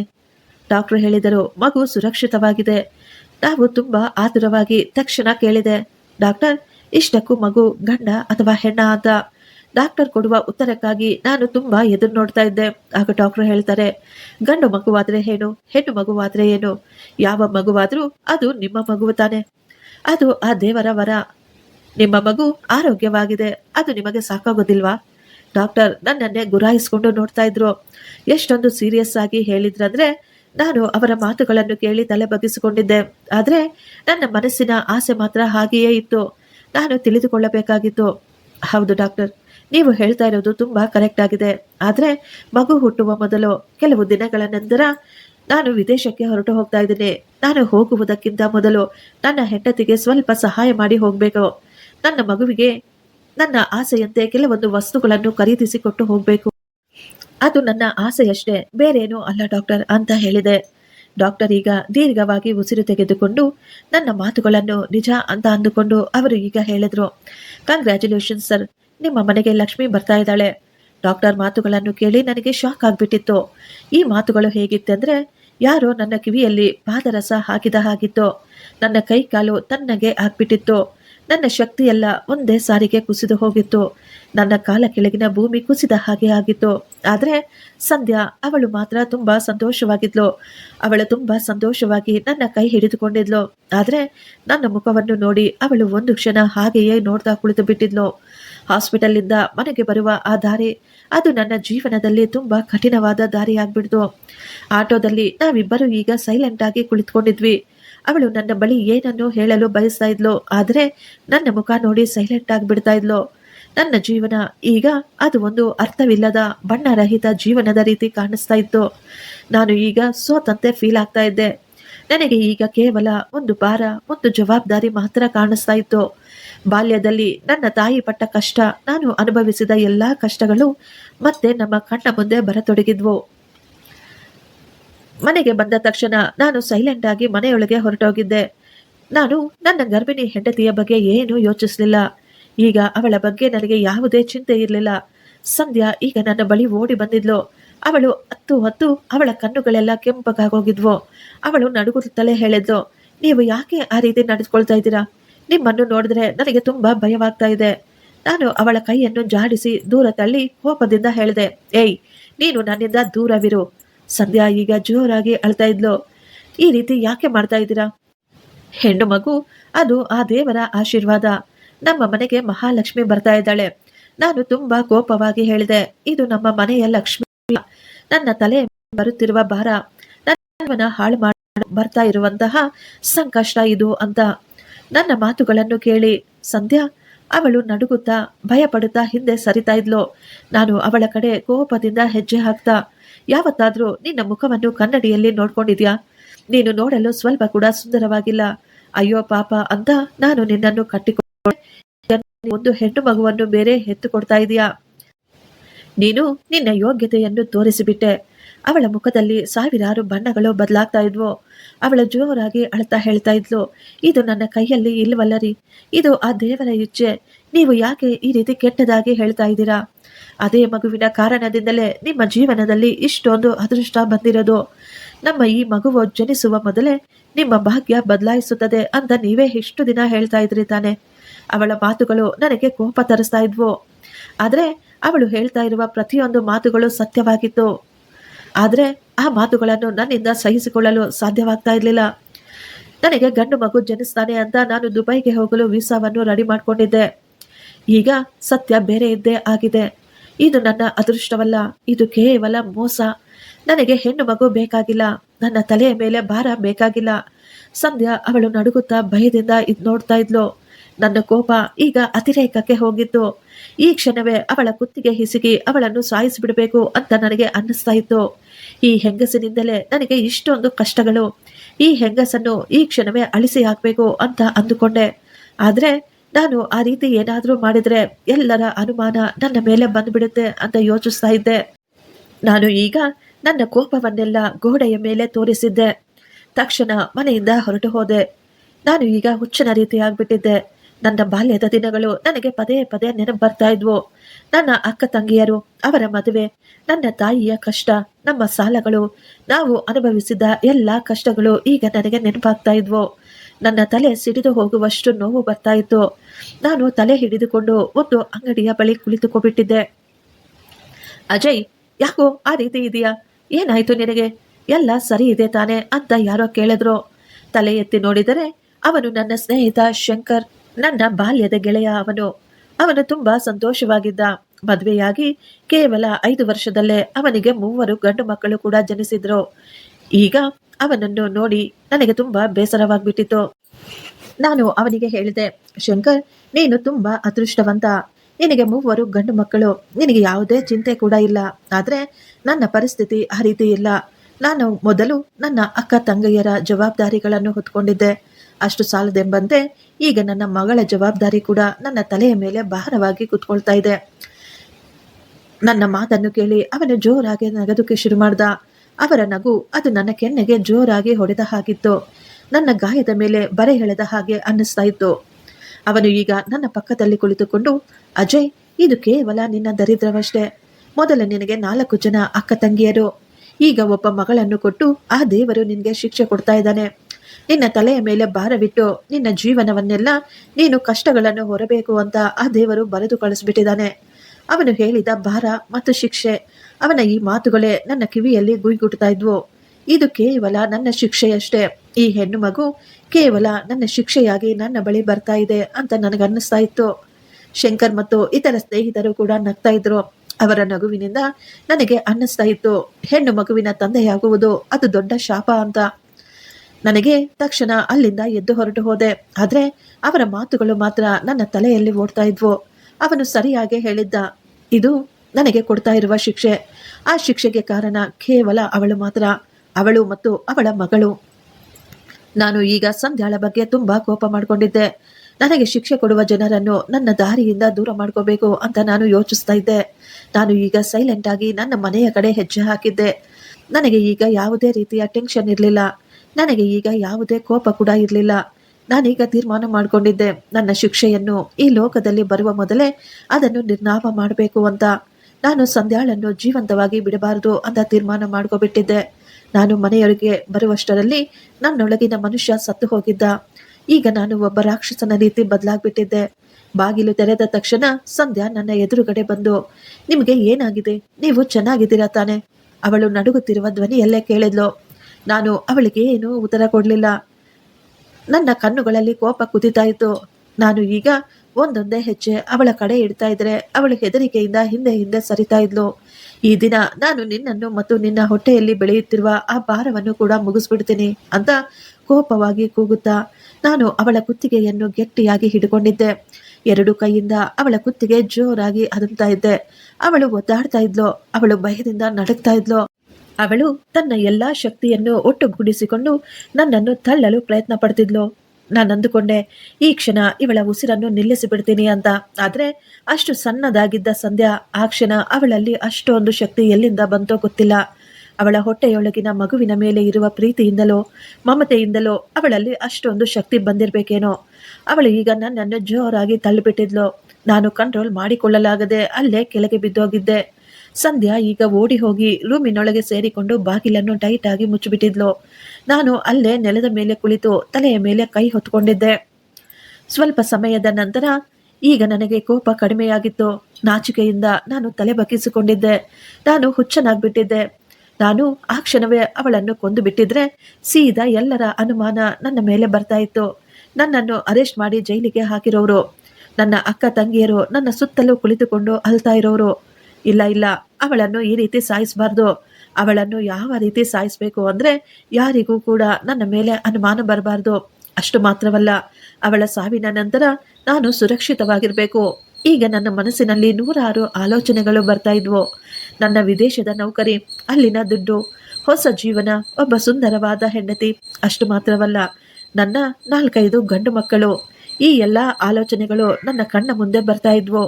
ಈ ಎಲ್ಲ ಕನಸುಗಳನ್ನು ನೆನಸು ಮಾಡ್ಕೋಬೇಕಂದ್ರೆ ಈ ಹೆಂಗಸು ಮತ್ತು ಅವಳ ಹೊಟ್ಟೆಯಲ್ಲಿ ಇರುವ ಆ ಮಗು ನನ್ನ ದಾರಿಯಿಂದ ದೂರ ಮಾಡ್ಕೋಬೇಕು ಅಂತ ನಾನು ಈಗ ಯೋಚಿಸ್ತಾ ಇದ್ದೆ. ಆಗಲೇ ನನ್ನ ತಲೆಯಲ್ಲಿ ಒಂದು ಭಯಾನಕವಾದ ಆಲೋಚನೆ ಜನ್ಮವಿಟ್ಟಿತ್ತು. ಇವಳಿಗೆ ವಿಷ ಕೊಟ್ಟು ಸಾಯಿಸಿ ಇವಳ ಶವವನ್ನು ನಮ್ಮ ಮನೆಯಲ್ಲಿ ಇರುವ ಹಳೆಯ ಕಬ್ಬಿಣದ ಪೆಟ್ಟಿಗೆಯಲ್ಲಿ ಹಾಕಿ ಮುಚ್ಚಿಡಬೇಕು. ಮನೆಗೆ ಬೀಗ ಹಾಕಿಬಿಡ್ತೀನಿ ಮತ್ತು ಎಲ್ಲರಿಗೂ ಹೇಳ್ಬಿಡ್ತೀನಿ ಸಂಧ್ಯಾ ಯಾವನ ಜೊತೆನೋ ಓಡಿ ಹೋಗಿದ್ದಾಳೆ ಅಂತ. ಜನ ಖಂಡಿತ ನನ್ನ ಮಾತನ್ನು ನಂಬುತ್ತಾರೆ. ಎಲ್ಲ ಆಲೋಚನೆಗಳು ಈಗ ಸಿದ್ಧವಾಗಿಬಿಟ್ಟಿದ್ವು. ಕೇವಲ ಕಾರ್ಯರೂಪಕ್ಕೆ ತರಬೇಕಾಗಿತ್ತು ಅಷ್ಟೇ. ನಾನು ಈ ಕೆಲಸವನ್ನು ಆರಾಮವಾಗಿ ಮಾಡಬೇಕಂದ್ರೆ ಮೊದಲು ಸಂಧ್ಯಾಳ ಭರವಸೆಯನ್ನು ನಾನು ಪಡೆದುಕೊಳ್ಳಬೇಕಾಗಿತ್ತು. ಅವಳು ನನ್ನನ್ನು ನಂಬುವಂತೆ ನಾನು ಮಾಡಬೇಕಾಗಿತ್ತು. ನಾನು ಈಗ ಸೈಲೆಂಟ್ ಆಗಿ ಎದ್ದು ಹೋಗಿ ರೂಮಿನ ಬಾಗಿಲನ್ನು ತಟ್ಟಿದೆ. ನಾನು ತುಂಬಾ ದುಃಖದಿಂದ ಕಣ್ಣೀರಿನಿಂದ ಹೇಳಿದೆ, ಸಂಧ್ಯಾ, ದಯವಿಟ್ಟು ಬಾಗಿಲು ತೆಗೆ. ನಾನು ತುಂಬಾ ದೊಡ್ಡ ತಪ್ಪು ಮಾಡಿಬಿಟ್ಟೆ. ನಾನು ಏನು ಮಾಡ್ತಿದ್ದೀನೋ ನನಗೆ ಸ್ವಲ್ಪ ಕೂಡ ಅರ್ಥವಾಗಲಿಲ್ಲ. ಆದರೆ ನನಗೆ ಈಗ ನನ್ನ ತಪ್ಪಿನ ಅರಿವಾಗಿದೆ. ಒಳಗಿನಿಂದ ಯಾವುದೇ ಉತ್ತರ ಬರಲಿಲ್ಲ. ಕೇವಲ ಅಳುತ್ತಿರುವ ಶಬ್ದ ಮಾತ್ರ ಕೇಳಿಸ್ತಾ ಇತ್ತು. ನಾನು ಅಲ್ಲೇ ಬಾಗಿಲ ಬಳಿ ಕುಳಿತು ಅಳ್ತಾ ಇರುವಂತೆ ನಾಟಕ ಮಾಡ್ತಾ ಇದ್ದೆ. ಸಂಧ್ಯಾ, ದಯವಿಟ್ಟು ನನ್ನನ್ನು ಕ್ಷಮಿಸಿ ಬಿಡಮ್ಮ. ನಾನು ನಿನ್ನನ್ನು ಮತ್ತು ನಮ್ಮ ಮಗುವನ್ನು ಬಿಟ್ಟು ಖಂಡಿತ ಜೀವಂತವಾಗಿರಲು ಸಾಧ್ಯವಿಲ್ಲ. ಗಂಡು ಮಗುವಿನ ಆಸೆಯಲ್ಲಿ ನಾನು ಹುಚ್ಚನಾಗ್ಬಿಟ್ಟಿದ್ದೆ. ಆದರೆ ಈಗ ನನಗೆ ಬುದ್ಧಿ ಬಂದ್ಬಿಟ್ಟಿದೆ. ಹೆಣ್ಣು ಮಗು ಕೂಡ ಆ ದೇವರ ವರ ಅಂತ ನನಗೆ ಈಗ ಚೆನ್ನಾಗಿ ಅರ್ಥವಾಗಿದೆ. ನೋಡು, ನಮ್ಮ ಮಗು ಬರುವುದಕ್ಕಿಂತ ಮೊದಲೇ ನನಗೆ ವಿದೇಶದಲ್ಲಿ ಕೆಲಸಕ್ಕಾಗಿ ಆಫರ್ ಲೆಟರ್ ಕೂಡ ಬಂದಿದೆ. ನನಗೆ ಇಷ್ಟು ದಿನ ಕಣ್ಣು ಕಾಣಿಸ್ಲಿಲ್ಲ. ನಾನು ನನ್ನ ಅದೃಷ್ಟವನ್ನು ಬೇಡ ಅಂತ ಅಂದ್ಕೊಂಡ್ಬಿಟ್ಟಿದ್ದೆ. ಆದರೆ ನನಗೆ ಈಗ ಅರ್ಥವಾಗಿದೆ. ನಾನು ನನ್ನ ಮಗಳನ್ನು ತುಂಬಾ ಪ್ರೀತಿಸ್ತಾ ಇದ್ದೀನಿ. ನಾವಿಬ್ಬರೂ ಸೇರಿ ನಮ್ಮ ಮಗಳನ್ನು ಚೆನ್ನಾಗಿ ನೋಡ್ಕೊಳ್ಳೋಣ. ನನಗೆ ಒಂದೇ ಒಂದು ಅವಕಾಶ ಕೊಡು ಅಂತ ನಾನು ತುಂಬಾ ಸಮಯ ಬಾಗಿಲ ಬಳಿ ಕುಳಿತುಕೊಂಡು ಕ್ಷಮಾಪಣೆ ಕೇಳ್ತಾ ಇದ್ದೆ. ಅವಳಿಗೆ ಮಾತು ಕೊಡ್ತಾ ಇದ್ದೆ. ನನ್ನ ತಾಯಿಯ ಮೇಲೆ ಕೂಡ ಆಣೆ ಮಾಡಿ ಹೇಳ್ತಾ ಇದ್ದೆ. ತುಂಬಾ ಸಮಯದ ನಂತರ ಈಗ ಸಂಧ್ಯಾ ಬಾಗಿಲು ತೆರೆದಿದ್ಲು. ಸಂಧ್ಯಾ ತುಂಬಾ ಅಳ್ತಾ ಇದ್ಲು. ಅವಳ ಮುಖವೆಲ್ಲ ಊದ್ಕೊಂಡ್ಬಿಟ್ಟಿತ್ತು. ನಾನು ತಕ್ಷಣ ಅವಳ ಕಾಲಿಗೆ ಬಿದ್ದು ಅವಳ ಕಾಲನ್ನು ಹಿಡಿದುಕೊಂಡು ಕ್ಷಮಾಪಣೆ ಕೇಳ್ಕೊಳ್ತಾ ಇದ್ದೆ. ಸಂಧ್ಯಾ ತುಂಬಾ ಅಮಾಯಕವಾದವಳು. ನನ್ನ ಈ ನಾಟಕವನ್ನು ಅವಳು ನಿಜ ಅಂತ ನಂಬಿಬಿಟ್ಟಿದ್ಲು. ಸಂಧ್ಯಾ ಈಗ, ಅಯ್ಯೋ ಏನ್ ಮಾಡ್ತಾ ಇದ್ದೀರಾ ರೀ, ಎದ್ದಳಿ ಅಂತ ನನ್ನನ್ನು ಎಬ್ಬಿಸಿದ್ಲು. ಅವಳು ನನ್ನನ್ನು ಕ್ಷಮಿಸಿ ಬಿಟ್ಟಿದ್ಲು. ನಂತರ 2 ದಿನ ನಾನು ತುಂಬಾ ಒಳ್ಳೆಯ ಗಂಡನ ರೀತಿ ನಾಟಕ ಮಾಡ್ತಾ ಇದ್ದೆ. ನಾನು ಅವಳನ್ನು ಎಷ್ಟೊಂದು ಅಪರೂಪವಾಗಿ ಪ್ರೀತಿಯಿಂದ ನೋಡ್ಕೊಳ್ತಾ ಇದ್ದೆ. ನನ್ನ ಕೈಯಾರೆ ಅವಳಿಗೆ ತಿಂಡಿಯನ್ನು ಅಡಿಗೆಯನ್ನು ರೆಡಿ ಮಾಡಿ ತಿನ್ನಿಸ್ತಾ ಇದ್ದೆ. ಅವಳ ಕಾಲುಗಳಿಗೆ ಎಣ್ಣೆ ಹಚ್ಚಿ ಮಸಾಜ್ ಕೂಡ ಮಾಡ್ತಿದ್ದೆ. ಅಷ್ಟು ಮಾತ್ರವಲ್ಲ, ಅವಳ ಹೊಟ್ಟೆಯ ಮೇಲೆ ಕೈ ಇಟ್ಟು ನನ್ನ ಮಗುವಿನ ಜೊತೆ ಕೂಡ ಪ್ರೀತಿಯಿಂದ ಮಾತನಾಡ್ತಾ ಇದ್ದೆ. ನಾನು ನನ್ನ ಮಗುವಿಗಾಗಿ ಈ ಹೊಸ ಬಟ್ಟೆಗಳನ್ನು ಕೂಡ ಕೊಂಡುಕೊಂಡಿದ್ದೆ. ಸಂಧ್ಯಾ ಕೈಗೆ ಹೊಸ ಬಟ್ಟೆಗಳನ್ನು, ಹೊಸ ಸಾಮಾನುಗಳನ್ನು ಕೊಟ್ಟು, ಇದು ನಮ್ಮ ಮಗುವಿಗಾಗಿ ಮತ್ತು ಇದು ನಿನಗಾಗಿ ಹೊಸ ಸೀರೆ ಅಂತ ಹೇಳ್ತಾ ಇದ್ದೆ. ಆ ಅಮಾಯಕ ಹುಡುಗಿ ಪೂರ್ತಿಯಾಗಿ ನನ್ನನ್ನು ನಂಬಿಬಿಟ್ಟಿದ್ಲು. ಅವಳ ಎಲ್ಲ ಭಯ ಈಗ ದೂರವಾಗ್ಬಿಟ್ಟಿತ್ತು. ಅವಳು ಈ ವಿಷಯದ ಬಗ್ಗೆ ಯಾರಿಗೂ ಏನೂ ಹೇಳಲಿಲ್ಲ. ಅವಳು ಈಗ ತುಂಬಾ ಸಂತೋಷವಾಗಿ ನನ್ನ ಪ್ರಯಾಣಕ್ಕೆ ಎಲ್ಲ ವ್ಯವಸ್ಥೆ ಮಾಡ್ತಾ ಇದ್ಲು. ನಾನು ಊರಿಗೆ ಹೋಗಲು ಎಲ್ಲ ಸಾಮಾನುಗಳನ್ನ ರೆಡಿ ಮಾಡ್ತಾ ಇದ್ಲು. ಸಂಧ್ಯಾ ಈಗ ನನಗಿಷ್ಟವಾದ ಎಲ್ಲ ತಿಂಡಿಗಳನ್ನು ತಯಾರಿಸಿಕೊಟ್ಟಿದ್ಲು. ಯಾವಾಗಲೂ ನನ್ನ ಜೊತೆ ಸಮಯ ಕಳೆಯಲು ಎದುರು ನೋಡ್ತಾ ಇದ್ಲು. ಈಗ ನನ್ನ ಟಿಕೆಟ್ ಕೂಡ ಕನ್ಫರ್ಮ್ ಆಗಿಬಿಟ್ಟಿತ್ತು. ಈಗ ನನ್ನ ಆಲೋಚನೆಗಳು ಕಾರ್ಯರೂಪಕ್ಕೆ ತರುವ ಸಮಯ ಬಂದಿತ್ತು. ಊರಿಗೆ ಹೋಗುವ 1 ದಿನದ ಮೊದಲು ನಾನು ಅಡಿಗೆ ಮನೆಗೆ ಹೋಗಿ ನನ್ನ ಹೆಂಡತಿಗಾಗಿ ಹಾಲನ್ನು ಬಿಸಿ ಮಾಡಿ ನಾನು ಮೊದಲೇ ತಂದಿಟ್ಟುಕೊಂಡಿದ್ದಂತಹ ಔಷಧಿಯನ್ನು ನನ್ನ ಕೈಯಲ್ಲಿ ಹಿಡಿದುಕೊಂಡು ಸುತ್ತಲೂ ಗಮನಿಸಿದೆ. ನನಗೆ ಅನ್ನಿಸಿತು ಇಲ್ಲಿ ಯಾರೂ ಇಲ್ಲ ಅಂತ. ಆಗಲೇ ನಾನು ಆ ಬಾಟಲ್ನಲ್ಲಿ ಇದ್ದ ಎಲ್ಲ ಔಷಧಿ ಹಾಲಿಗೆ ಹಾಕಿದ್ದೆ. ಎಲ್ಲ ವಿಷವನ್ನು ಹಾಲಿನಲ್ಲಿ ಚೆನ್ನಾಗಿ ಮಿಕ್ಸ್ ಮಾಡಿದ್ದೆ.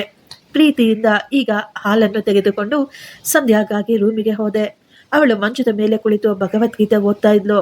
ಅವಳ ಮುಖದಲ್ಲಿ ತುಂಬಾ ಶಾಂತಿ ಮತ್ತು ಅವಳು ನನ್ನನ್ನು ತುಂಬಾ ನಂಬಿದ್ಲು. ನಾನು ಈಗ ಸಂಧ್ಯಾ ಪಕ್ಕದಲ್ಲಿ ಕುಳಿತುಕೊಂಡು ತುಂಬಾ ಪ್ರೀತಿಯಿಂದ ಅವಳ ಕೈಯನ್ನು ಹಿಡಿದುಕೊಂಡು, ಸಂಧ್ಯಾ, ಈ ಹಾಲನ್ನು ಕುಡಿ. ಈ ಹಾಲು ನಮ್ಮ ಮಗುವಿಗೆ ತುಂಬಾ ಒಳ್ಳೆಯದು. ಸಂಧ್ಯಾ ಈಗ ನಗುತ್ತಾ ನನ್ನ ಕೈಯಿಂದ ಹಾಲನ್ನು ತೆಗೆದುಕೊಂಡ್ಲು. ಅವಳ ಕಣ್ಣುಗಳಲ್ಲಿ ನನ್ನ ಮೇಲೆ ತುಂಬಾ ಪ್ರೀತಿ ಮತ್ತು ಕೃತಜ್ಞತೆ ಭಾವವಿತ್ತು.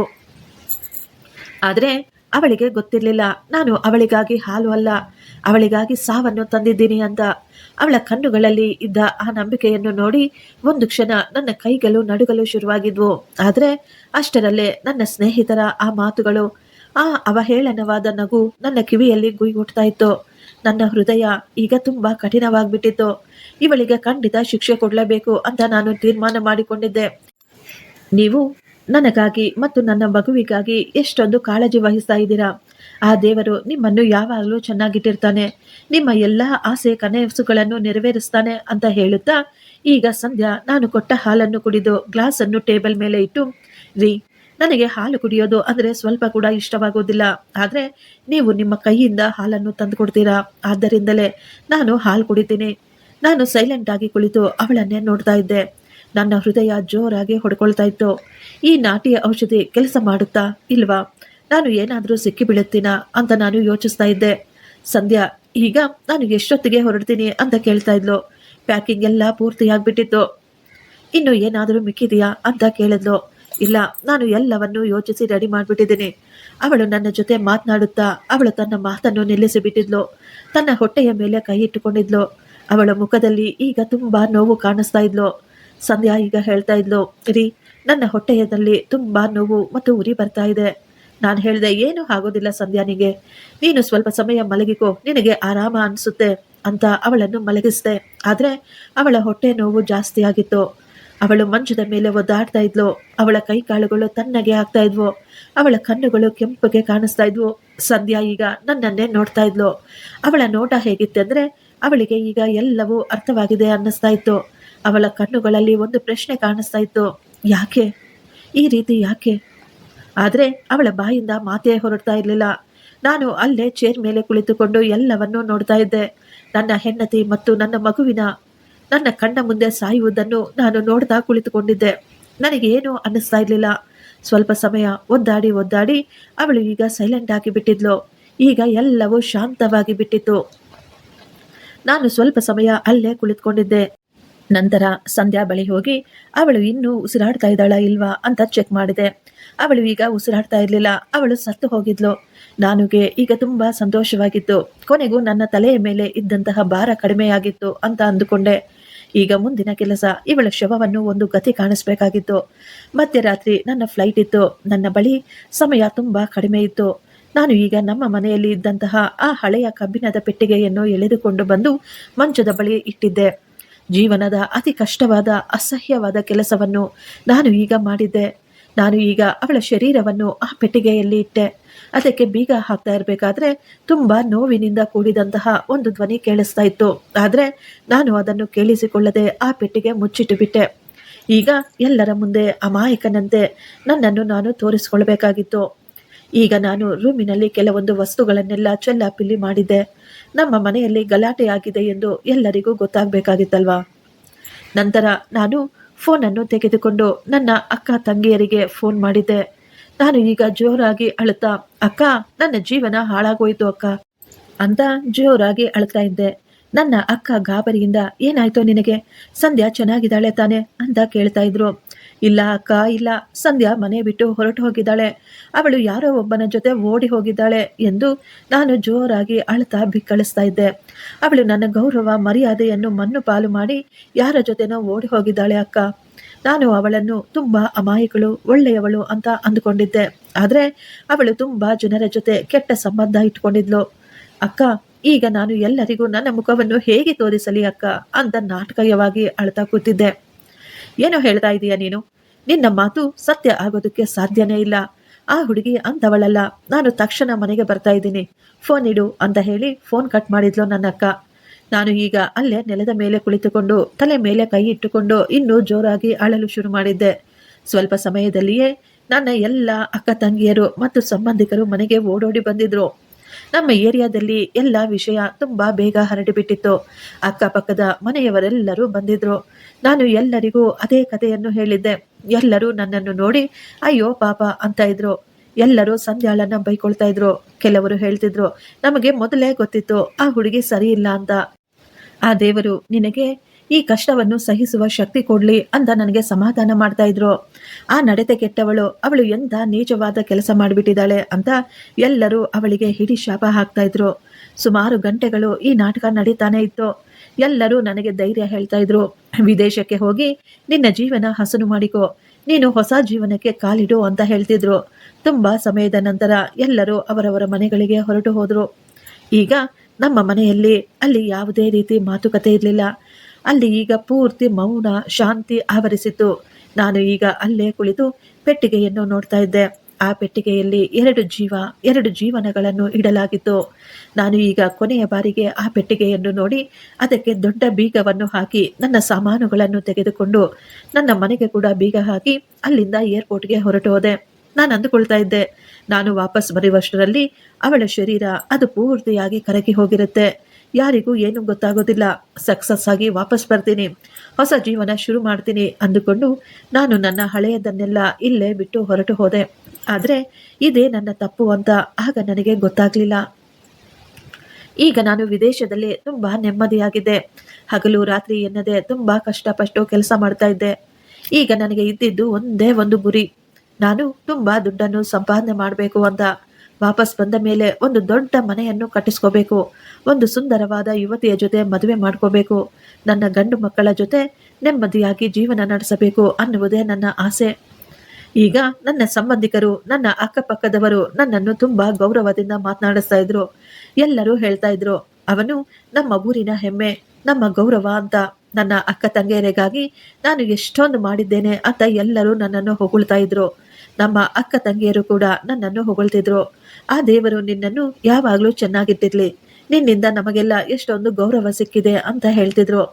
ಎಲ್ಲರೂ ಹೇಳ್ತಾ ಇದ್ರು, ಸಂಧ್ಯಾ ಹೋದ ನಂತರ ನಿನ್ನ ಜೀವನದ ಅದೃಷ್ಟವೇ ಬದಲಾಗಿ ಹೋಯಿತು ಅಂತ. ಆ ಮಾತನ್ನು ಕೇಳಿ ನಾನು ತುಂಬಾ ಸಂತೋಷವಾಗಿ ಹೇಳ್ತಿದ್ದೆ, ಹೌದು, ಎಲ್ಲವೂ ಆ ದೇವರ ಕೃಪೆ, ಆ ದೇವರ ಇಚ್ಛೆ ಅಂತ. ನನ್ನ ಜೀವನದ ದರಿದ್ರವಾಗಿದ್ದ ಅವಳು ಮತ್ತು ಅವಳ ಮಗುವನ್ನು ದಾರಿಯಿಂದ ದೂರ ಮಾಡಿ ನಾನು ಒಳ್ಳೆಯ ಕೆಲಸ ಮಾಡಿದ್ದೀನಿ ಅಂದ್ಕೊಳ್ತಾ ಇದ್ದೆ.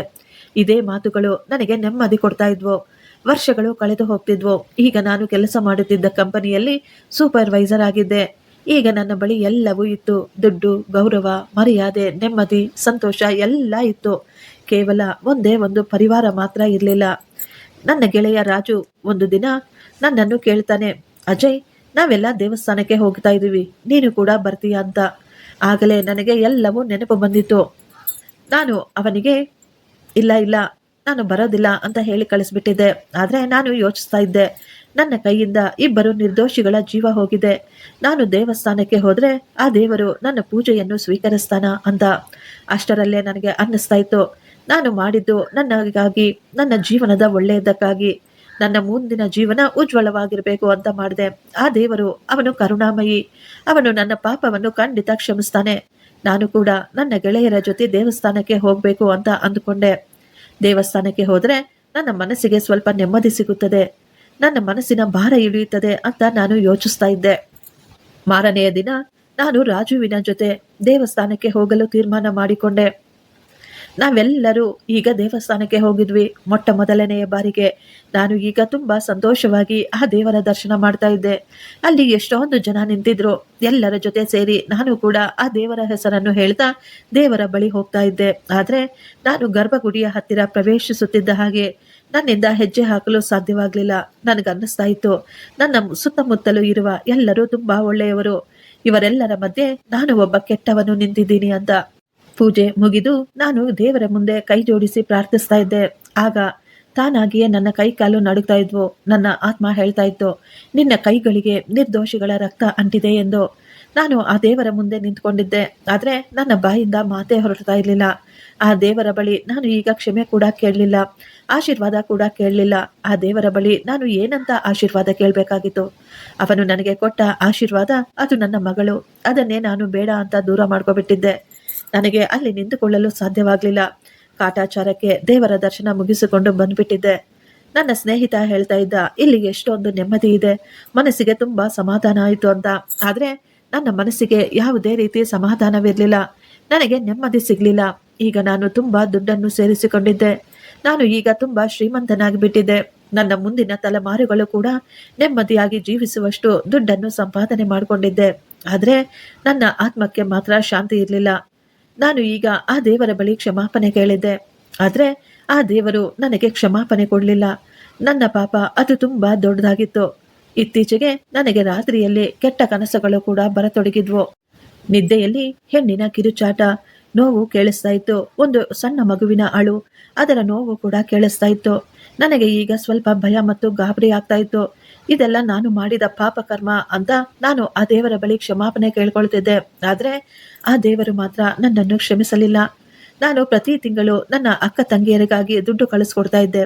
ಒಂದು ದಿನ ನಾನು ದುಡ್ಡು ಕಳಿಸಿಕೊಡ್ಲು ಬ್ಯಾಂಕಿಗೆ ಹೋಗಿದ್ದಾಗ ಆಗಲೇ ಅಲ್ಲಿದ್ದ ಮ್ಯಾನೇಜರ್ ಹೇಳಿದ್ರು, ಸರ್, ನಿಮ್ಮ ಹೆಂಡತಿ ಮಕ್ಕಳು ತುಂಬಾ ಅದೃಷ್ಟವಂತರು, ನೀವು ಪ್ರತಿ ತಿಂಗಳು ತಪ್ಪದೆ ಅವರಿಗಾಗಿ ದುಡ್ಡು ಕಳಿಸ್ಕೊಡ್ತಾ ಇದ್ದೀರಾ ಅಂತ. ತಕ್ಷಣ ನನಗೆ ಗೊತ್ತಿಲ್ಲದೆ ನನ್ನ ಬಾಯಿಂದ ಒಂದು ಮಾತು ಬಂದ್ಬಿಟ್ಟಿತ್ತು, ನನ್ನ ಮಗನಿಗಾಗಿ ಅಂತ. ಮಗನ ಮೇಲಿನ ಪ್ರೀತಿ ಮತ್ತು ಹುಚ್ಚಿನಿಂದ ನಾನು ಹಂತಕನಾಗ್ಬಿಟ್ಟಿದ್ದೆ. ಇತ್ತೀಚೆಗೆ ನನಗೆ ಸರಿಯಾಗಿ ನಿದ್ದೆ ಕೂಡ ಬರ್ತಾ ಇರಲಿಲ್ಲ. ನೆಮ್ಮದಿ ಅದು ನನ್ನಿಂದ ತುಂಬಾ ದೂರವಾಗ್ಬಿಟ್ಟಿತ್ತು.